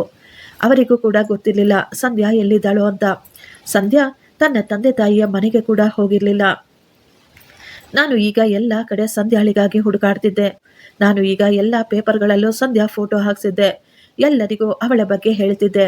ಪೊಲೀಸ್ ಸ್ಟೇಷನಲ್ಲಿ ಕೂಡ ಹೋಗಿ ಸಂಧ್ಯಾಳ ಬಗ್ಗೆ ಕೇಳಿಕೊಂಡಿದ್ದೆ. ಒಬ್ಬ ಪ್ರೈವೇಟ್ ಡಿಟೆಕ್ಟಿವ್ ಅನ್ನು ಕೂಡ ಇಟ್ಟು ಅವರಿಗೆ ಸಂಧ್ಯಾಳ ಫೋಟೋ ಕೊಟ್ಟು ಅವರಿಗೆ ದುಡ್ಡು ಕೊಟ್ಟು ಹುಡುಕಲು ಕೂಡ ಹೇಳಿದ್ದೆ. ದಿನಗಳು, ವಾರಗಳು, ತಿಂಗಳುಗಳು ಕಳೆದು ಹೋಗ್ತಾ ಇದ್ವು. ಆದರೆ ನನಗೆ ಮಾತ್ರ ಸಂಧ್ಯಾ ಸಿಗ್ಲಿಲ್ಲ. ಸಮಯ ಕಳೆಯುತ್ತಿದ್ದ ಹಾಗೆ ಒಂದು ದಿನ ಸಂಧ್ಯಾಳ ಗೆಳತಿ ಅವಳು ನಮಗೆ ಸಿಕ್ಕಿದ್ಲು. ನಾವು ತುಂಬಾ ಕೇಳಿಕೊಂಡ ನಂತರ ಅವಳು ಈಗ ಸಂಧ್ಯಾಳ ಅಡ್ರೆಸ್ ನಮಗೆ ಕೊಟ್ಟಿದ್ಲು. ಸಂಧ್ಯಾ ಬೇರೆ ಊರಿನಲ್ಲಿ ಒಂದು ಸ್ಕೂಲ್ನಲ್ಲಿ ಕೆಲಸ ಮಾಡ್ತಿದ್ಲು. ನಾನು ಸಂಧ್ಯಾಳನ್ನು ಹುಡುಕಿಕೊಂಡು ಆ ಸ್ಕೂಲ್ಗೆ ಹೋದಾಗ ಒಂದು ಬಿಳಿ ಸೀರೆಯಲ್ಲಿ ಸಂಧ್ಯಾ ನನಗೆ ಕಾಣಿಸಿದ್ಲು. ಅವಳು ಅಲ್ಲಿ ಸಣ್ಣ ಮಕ್ಕಳಿಗೆ ಊಟ ತಿನ್ನಿಸ್ತಿದ್ಲು. ಅವಳು ತುಂಬಾ ಸೊರಗಿದ್ಲು, ತುಂಬಾ ಸಣ್ಣಗಿದ್ಲು. ಆದರೆ ಅವಳ ಮುಖದಲ್ಲಿ ಮಾತ್ರ ಒಂದು ಸಂತೋಷ, ಒಂದು ಆನಂದ ಕಾಣಿಸ್ತಾ ಇತ್ತು. ಸಂಧ್ಯಾ ಈಗ ಮೊದಲಿಗಿಂತಲೂ ತುಂಬಾ ಸುಂದರವಾಗಿದ್ಲು. ನಾನು ಈಗ ನಿಧಾನವಾಗಿ ಸಂಧ್ಯಾಳ ಕಡೆ ಹೆಜ್ಜೆ ಹಾಕಿದ್ದೆ. ಸಂಧ್ಯಾ ಅಂತ ಕರೆದಾಗ ಅವಳು ಹಿಂದೆ ತಿರುಗಿ ನನ್ನನ್ನು ನೋಡಿ ಗಾಬರಿ ಪಟ್ಕೊಂಡ್ಳು. ಆದರೆ ಅವಳ ಕಣ್ಣುಗಳಲ್ಲಿ ಈಗ ಯಾವುದೇ ರೀತಿಯ ಆಸೆ, ಪ್ರೀತಿ, ಭಯ ಕೂಡ ಕಾಣಿಸ್ಲಿಲ್ಲ. ಅವಳ ಕಣ್ಣುಗಳಲ್ಲಿ ಕೇವಲ ಒಂದೇ ಒಂದು ಅಸಹನೆ ಮಾತ್ರ ಕಾಣಿಸ್ತಾ ಇತ್ತು. ಸಂಧ್ಯಾ ನನ್ನನ್ನೇ ನೋಡುತ್ತಾ, ನೀನು ಇಲ್ಲಿ ಏನ್ ಮಾಡ್ತಾ ಇದೀಯಾ? ಅವಳ ಮಾತುಗಳಲ್ಲಿ ಯಾವುದೇ ರೀತಿಯ ಭಾವನೆ ಇರಲಿಲ್ಲ. ನಾನು ಈಗ ಅವಳ ಕಾಲಿಗೆ ಬಿದ್ದು ಜೋರಾಗಿ ಅಳತೊಡಗಿದೆ. ಸಂಧ್ಯಾ, ದಯವಿಟ್ಟು ನನ್ನನ್ನು ಕ್ಷಮಿಸಿಬಿಡು. ನನಗೆ ಆಗ ಬುದ್ಧಿ ಇರಲಿಲ್ಲ. ನಾನು ಹುಚ್ಚನಾಗ್ಬಿಟ್ಟಿದ್ದೆ. ನಾನು ನಿನ್ನ ಜೊತೆ ಮತ್ತು ನನ್ನ ಮಗಳ ಜೊತೆ ತುಂಬಾ ತಪ್ಪು ಮಾಡಿಬಿಟ್ಟೆ. ಕೇವಲ ಒಂದೇ ಒಂದು ಬಾರಿ ನನ್ನನ್ನು ಕ್ಷಮಿಸಿ ನನ್ನ ಮಗಳ ಮುಖವನ್ನು ನನಗೆ ತೋರಿಸು. ನಾನು ನಿನಗೆ ಯಾವತ್ತೂ ತೊಂದರೆ ಕೊಡೋದಿಲ್ಲ. ನಿನ್ನ ಜೀವನದಲ್ಲಿ ನಾನು ಶಾಶ್ವತವಾಗಿ ಹೊರಟು ಹೋಗ್ತೀನಿ ಅಂತ ಹೇಳ್ತಾ ಇದ್ದೆ. ಅವಳು ಸೈಲೆಂಟ್ ಆಗಿ ನಿಂತುಕೊಂಡಿದ್ಲು. ನಾನು ಅಳೋದಿನ್ನ ನೋಡಿ ಸ್ವಲ್ಪ ಸಮಯದ ನಂತರ ಅವಳು ಹೇಳಿದ ಮಾತುಗಳು, ನಿನ್ನ ಮಗಳ? ಯಾರು ನಿನ್ನ ಮಗಳು? ಈ ಪ್ರಪಂಚಕ್ಕೆ ಬರಬಾರದು ಅಂತ ಹುಟ್ಟುವ ಮೊದಲೇ ಅಪಶಕುನ ಅಂತ ಹೇಳಿ ನಿನ್ನ ತಲೆಯ ಮೇಲಿರುವ ಭಾರ ಅಂತ ತಾಯಿಯ ಹೊಟ್ಟೆಯಲ್ಲಿಯೇ ಸಾಯಿಸಲು ನೋಡಿದ್ಯೋ ಅವಳ ನಿನ್ನ ಮಗಳು. ಆ ಮಗುವನ್ನು ನೀನು ಯಾವತ್ತೋ ಕೊಂದು ಹಾಕ್ಬಿಟ್ಟಿಯಲ್ಲ. ನನ್ನ ಮಗಳ ಭಾಗ್ಯಕ್ಕೆ ನೀನು ಆವತ್ತೇ ಸತ್ತು ಹೋಗಿದೀಯಾ. ಅಷ್ಟು ಮಾತ್ರವಲ್ಲ, ನನ್ನ ದೃಷ್ಟಿಯಲ್ಲೂ ಕೂಡ ನೀನು ಆ ದಿನವೇ ಸತ್ತು ಹೋಗ್ಬಿಟ್ಟೆ. ಸಂಧ್ಯಾ ಸ್ವಲ್ಪ ಸಮಯ ಸೈಲೆಂಟ್ ಆಗಿದ್ದು ಮತ್ತೆ ಹೇಳಿದ್ಲು, ನಿನಗೆ ನನ್ನ ಮಗಳನ್ನು ತೋರಿಸೋದು ಮಾತ್ರವಲ್ಲ, ಅವಳ ಹೆಸರನ್ನು ಕೂಡ ನಾನು ನಿನಗೆ ಹೇಳೋದಿಲ್ಲ. ನೀನು ನನಗೆ ತಕ್ಷಣ ಡೈವರ್ಸ್ ಕೊಟ್ಟುಬಿಡು. ನಿನ್ನ ಜೀವನವನ್ನು ನೀನು ನೋಡ್ಕೋ. ಇನ್ನು ಮುಂದೆ ಯಾವತ್ತೂ ನನ್ನನ್ನು, ನನ್ನ ಮಗಳನ್ನು ಹುಡುಕಿಕೊಂಡು ಬರಬೇಡ. ಆ ಮಾತುಗಳನ್ನು ನಾನು ಸಂಧ್ಯಾ ಬಾಯಿಂದ ಯಾವತ್ತೂ ಊಹಿಸಿರಲಿಲ್ಲ. ನಾನು ಅವಳ ಕಾಲಿಗೆ ಬಿದ್ದು ಕೇಳ್ಕೊಳ್ತಾ ಇದ್ದೆ. ಆದರೆ ಅವಳು ಮಾತ್ರ ಬೆಟ್ಟದಂತೆ ನಿಂತ್ಕೊಂಡಿದ್ಲು. ಸಂಧ್ಯಾ, ದಯವಿಟ್ಟು ಆ ರೀತಿ ಮಾಡಬೇಡ. ಈಗ ನನ್ನ ಬಳಿ ತುಂಬಾ ದುಡ್ಡಿದೆ. ನಾನು ನಿನ್ನನ್ನು ಮತ್ತು ನನ್ನ ಮಗುವನ್ನು ತುಂಬಾ ಚೆನ್ನಾಗಿ ನೋಡ್ಕೊಳ್ತೀನಿ. ನಿಮ್ಮಿಬ್ಬರನ್ನು ಮಹಾರಾಣಿಯರ ರೀತಿ ನೋಡ್ಕೊಳ್ತೀನಿ. ನಾನು ನನ್ನ ಎಲ್ಲಾ ತಪ್ಪುಗಳನ್ನು ಸುಧಾರಿಸ್ಕೊಬಿಡ್ತೀನಿ. ನನಗೆ ಒಂದೇ ಒಂದು ಅವಕಾಶ ಕೊಡು ಅಂತ ಕೇಳ್ಕೊಳ್ತಾ ಇದ್ದೆ. ಸಂಧ್ಯಾ ಈಗ ವಿಚಿತ್ರವಾಗಿ ನಗುತ್ತಾ, ಏನು ದುಡ್ಡ? ನೀನು ಇವತ್ತಿಗೂ ಕೂಡ ಎಲ್ಲವನ್ನು ದುಡ್ಡಿನಿಂದ ಅಳಿತೀಯಾ? ಅಜಯ್, ನೀನು ಸ್ವಲ್ಪ ಕೂಡ ಬದಲಾಗಿಲ್ಲ. ನನ್ನನ್ನು ಮತ್ತು ನನ್ನ ಮಗುವನ್ನು ಒಂದು ಭಾರವಾಗಿ ಲೆಕ್ಕ ಹಾಕ್ತಾ ಇದ್ದೆ. ಈಗ ನನ್ನನ್ನು ಮತ್ತು ನನ್ನ ಮಗುವನ್ನು ಕೊಂಡುಕೊಳ್ಳಲು ನೋಡ್ತಾ ಇದೆಯಾ? ಈ 10 ವರ್ಷದಲ್ಲಿ ನಾವು ಎಷ್ಟೊಂದು ನೆಮ್ಮದಿಯಾಗಿ ಗೌರವದಿಂದ ಬದುಕ್ತಾ ಇದ್ದೀವಿ. ನಿನ್ನ ಹತ್ರ ಇರೋ ದುಡ್ಡಿಗಿಂತಲೂ ಅದು ಎಷ್ಟೋ ಉತ್ತಮವಾದದ್ದು. ನನ್ನ ಮಗಳಿಗೆ ನಿನ್ನ ಹೆಸರು ಅಥವಾ ನಿನ್ನ ದುಡ್ಡಿನ ಅವಶ್ಯಕತೆ ಇಲ್ಲ. ನನ್ನ ಮಗಳಿಗೆ ನಿನ್ನಂತಹ ತಂದೆಯ ಅವಶ್ಯಕತೆ ಇಲ್ಲ. ಆ ತಂದೆ ತನ್ನ ಹೆಂಡತಿ ಗರ್ಭಿಣಿ ಎಂದು ತಿಳಿದು ಅವಳ ಹೊಟ್ಟೆಯಲ್ಲಿ ಹೆಣ್ಣು ಮಗುವಿದೆ ಎಂದು ಅವಳನ್ನು ಕೊಲ್ಲಲು ನೋಡಿದ್ದ. ನಾನೀಗ ಸೈಲೆಂಟ್ ಆಗಿ ಸಂಧ್ಯಾಳನ್ನೇ ನೋಡ್ತಾ ಇದ್ದೆ. ಈಗ ಅವಳಿಗೆ ಹೇಳಲು ನನ್ನ ಬಳಿ ಏನೂ ಉಳಿದಿರಲಿಲ್ಲ. ನನ್ನ ಕಣ್ಣೀರು, ನನ್ನ ದುಡ್ಡು, ನನ್ನ ಪಶ್ಚಾತ್ತಾಪ ಯಾವುದೂ ಕೆಲಸ ಮಾಡಲಿಲ್ಲ. ನಾನು ಈಗ ಸಂಧ್ಯಾಗೆ ಡೈವರ್ಸ್ ಕೊಟ್ಟು ಬಿಟ್ಟಿದ್ದೆ. 10 ವರ್ಷ ಹಳೆಯ ಸಂಬಂಧ ಕೊನೆಗೂ ಸತ್ತು ಹೋಗಿತ್ತು. ಕೊನೆಯದಾಗಿ ನಾನು ಸಂಧ್ಯಾ ಬಳಿ ಕೇಳಿದೆ, ಸಂಧ್ಯಾ, ನೀನು ನನ್ನನ್ನು ಯಾವಾಗಾದರೂ ಕ್ಷಮಿಸಬಲ್ಲಿಯಾ? ಸಂಧ್ಯಾ ಈಗ ನನ್ನನ್ನೇ ನೋಡುತ್ತಾ, ನಾನು ನಿನ್ನನ್ನು ಯಾವತ್ತೋ ಕ್ಷಮಿಸಿಬಿಟ್ಟಿದ್ದೀನಿ. ನನಗೆ ನಿನ್ನ ಮೇಲೆ ಯಾವುದೇ ದ್ವೇಷವಿಲ್ಲ. ನಾನು ನೆಮ್ಮದಿಯಾಗಿ ಇರಲು ಬಯಸ್ತಾ ಇದ್ದೀನಿ. ನಿನ್ನ ಮೇಲೆ ದ್ವೇಷ ಇಟ್ಕೊಂಡು ನನ್ನ ನೆಮ್ಮದಿಯನ್ನು ಹಾಳು ಮಾಡಿಕೊಳ್ಳೋದಕ್ಕೆ ನನಗೆ ಇಷ್ಟವಿಲ್ಲ. ಕ್ಷಮಿಸೋದು ಅಂದರೆ ಎಲ್ಲ ಮರೆಯುವುದಲ್ಲ. ನಾನು ಎಲ್ಲವನ್ನು ಮರೆತು ನಿನ್ನ ಜೊತೆ ಸೇರಿ ಜೀವಿಸಲು ಸಾಧ್ಯವಿಲ್ಲ. ಅಷ್ಟು ಮಾತ್ರವಲ್ಲ, ನನ್ನ ಮಗಳ ಜೀವನದಲ್ಲೂ ಕೂಡ ನಿನ್ನ ನೆರಳು ಬೀಳಲು ನನಗೆ ಇಷ್ಟವಿಲ್ಲ. ದಯವಿಟ್ಟು ಇಲ್ಲಿಂದ ಹೊರಟೋಗು. ಇನ್ನು ಯಾವತ್ತೂ ಇಲ್ಲಿಗೆ ಬರಬೇಡ. ನಾನು ನಿನ್ನನ್ನು ಕ್ಷಮಿಸಿಬಿಟ್ಟಿದ್ದೀನಿ. ಈ ಮಾತುಗಳನ್ನು ಹೇಳಿ ಸಂಧ್ಯಾ ಅಲ್ಲಿಂದ ತನ್ನ ಮನೆಗೆ ವಾಪಸ್ ಹೊರಟೋಗಿದ್ಲು. ನಾನು ಸೈಲೆಂಟ್ ಆಗಿ ಅವಳು ಹೋಗುವುದನ್ನೇ ನೋಡ್ತಾ ಇದ್ದೆ. ನಾನು ಆಗಲೇ ಗಮನಿಸಿದೆ, ಆ ಮನೆಯ ಬಳಿ ಆಟವಾಡುತ್ತಿದ್ದ ಸುಮಾರು 9 ರಿಂದ 10 ವರ್ಷದ ಒಂದು ಹೆಣ್ಣು ಮಗುವನ್ನು. ಆ ಮಗು ಅಲ್ಲಿ ಆಟವಾಡ್ತಾ ಇತ್ತು. ಅವಳು ನನ್ನ ಅಮ್ಮನ ಹಾಗೆಯೇ ಕಾಣಿಸ್ತಾ ಇದ್ಲು. ಆ ಮಗುವನ್ನು ನೋಡಿ ನನ್ನ ಹೃದಯ ಒಂದು ಕ್ಷಣ ನಿಂತು ಹೋಗಿತ್ತು. ಈ ಮಗು ನನ್ನ ಮಗುವ? ಆದರೆ ನಾನು ಈಗ ಏನು ಮಾತನಾಡಲಾರದೆ ಸೈಲೆಂಟ್ ಆಗಿ ತಲೆ ಬಗ್ಗಿಸಿಕೊಂಡು ವಾಪಸ್ ಬಂದು ಬಿಟ್ಟಿದ್ದೆ. ಸಮಯ ಕಳೀತಾ ಇತ್ತು. ನನ್ನ ಅಕ್ಕ ತಂಗಿಯರು ನನಗಾಗಿ ಒಂದು ಸಂಬಂಧ ಹುಡುಕಿ ತಂದಿದ್ರು. ಅವರು ಹೇಳ್ತಾ ಇದ್ರು, ಎಷ್ಟು ದಿನ ಅಂತ ಹೀಗೆ ಇರ್ತೀಯ? ನೀನು ಇನ್ನೊಂದು ಮದುವೆ ಮಾಡಿಕೋ. ನಿನ್ನ ಜೀವನವನ್ನು ಹೊಸದಾಗಿ ಮುಂದುವರಿಸು. ಎಲ್ಲವನ್ನು ಮರೆತು ಬಿಡು. ಮದುವೆ ಮಾಡ್ಕೋ. ಆ ದೇವರು ನಿನಗೆ ಮಕ್ಕಳನ್ನು ಕೊಡಬಹುದು ಅಂತ ಹೇಳಿದ್ರು. ನನಗಿಷ್ಟವಿಲ್ಲದಿದ್ದರೂ ನಾನು ಮದುವೆಗೆ ಒಪ್ಪಿಕೊಂಡಿದ್ದೆ. ನನ್ನ 2ನೆಯ ಮದುವೆ ಈಗ ಚೆನ್ನಾಗಿ ನಡೆದಿತ್ತು. ನನ್ನ ಹೆಂಡತಿ ಅಂಜಲಿ, ಅವಳು ತುಂಬಾ ಒಳ್ಳೆಯ ಹುಡುಗಿ, ತುಂಬಾ ಬುದ್ಧಿವಂತೆ ಕೂಡ. ನನ್ನನ್ನು ಕೂಡ ತುಂಬಾ ಚೆನ್ನಾಗಿ ನೋಡ್ಕೊಳ್ತಾ ಇದ್ಲು. ಆದ್ರೆ ನಮ್ಮ ಮನೆಯಲ್ಲಿ, ನಮ್ಮ ಮನಸ್ಸಿನಲ್ಲಿ ಯಾವಾಗ್ಲೂ ಒಂದೇ ಒಂದು ಕೊರತೆ ಇತ್ತು. ಮದುವೆಯಾಗಿ 8 ವರ್ಷ ಕಳೆದ್ರು ಆ ದೇವರು ನನಗೆ ಮಕ್ಕಳು ಕೊಡ್ಲಿಲ್ಲ. ನಾವುಗಳು ಈಗ ಎಲ್ಲ ಡಾಕ್ಟರ್ಗಳನ್ನು ಭೇಟಿ ಮಾಡಿದ್ವು. ಎಲ್ಲ ರೀತಿಯ ಚಿಕಿತ್ಸೆಗಳನ್ನು ಕೂಡ ತೆಗೆದುಕೊಂಡಿದ್ವಿ. ಎಲ್ಲ ರಿಪೋರ್ಟ್ಗಳು ನಾರ್ಮಲ್ ಬರ್ತಾ ಇದ್ವು. ಆದ್ರೆ ಆ ದೇವರ ಆಶೀರ್ವಾದ ಮಾತ್ರ ಸಿಗ್ಲಿಲ್ಲ. ನಂಗೆ ಚೆನ್ನಾಗಿ ಗೊತ್ತು, ಇದು ಕೇವಲ ಅವಳ ಶಾಪವೇ ಅಂತ. ಅವಳು ಯಾವತ್ತೂ ಬಾಯಿ ಬಿಟ್ಟು ನನಗೆ ಏನು ಹೇಳದೇ ಇದ್ರು ಅವಳ ಶಾಪ ನನಗೆ ತಟ್ಟಿತ್ತು. ನಾನು ಗಂಡು ಮಕ್ಕಳಿಗಾಗಿ, ನನ್ನ ವಾರಸುದಾರರಿಗಾಗಿ ತುಂಬಾ ಒದ್ದಾಡ್ತಾ ಇದ್ದೆ. ಆದ್ರೆ ಈಗ ನನಗೆ ಮಕ್ಕಳು ಅನ್ನೋ ಭಾಗ್ಯವೇ ಇಲ್ಲದಾಗಿತ್ತು. ನನ್ನ ಬಳಿ ದುಡ್ಡು, ಆಸ್ತಿ, ಅಂತಸ್ತು ಎಲ್ಲ ಇತ್ತು. ಆದ್ರೆ ಮಕ್ಕಳಿರ್ಲಿಲ್ಲ. ಇಷ್ಟು ವರ್ಷವಾದ್ರೂ ನಮಗೆ ಮಕ್ಕಳಾಗ್ಲಿಲ್ಲ ಅಂತ ನನ್ನ ಹೆಂಡತಿ ಬೇರೊಬ್ಬನ ಜೊತೆ ಓಡಿ ಹೋದ್ಲು. ಆ ದೇವರು ನಾನು ಮಾಡಿದ ತಪ್ಪಿಗೆ ನನಗೆ ಸರಿಯಾದ ಶಿಕ್ಷೆಯನ್ನೇ ವಿಧಿಸಿದ್ದ. ಫ್ರೆಂಡ್ಸ್, ಈ ಸ್ಟೋರಿ ನಿಮಗೆ ಇಷ್ಟವಾದರೆ ಒಂದು ಲೈಕ್ ಮಾಡಿ ಮತ್ತು ನಮ್ಮ ಚಾನಲ್ ಅನ್ನು ಸಬ್ಸ್ಕ್ರೈಬ್ ಮಾಡಿಕೊಳ್ಳಿ. Thank you. ಧನ್ಯವಾದಗಳು.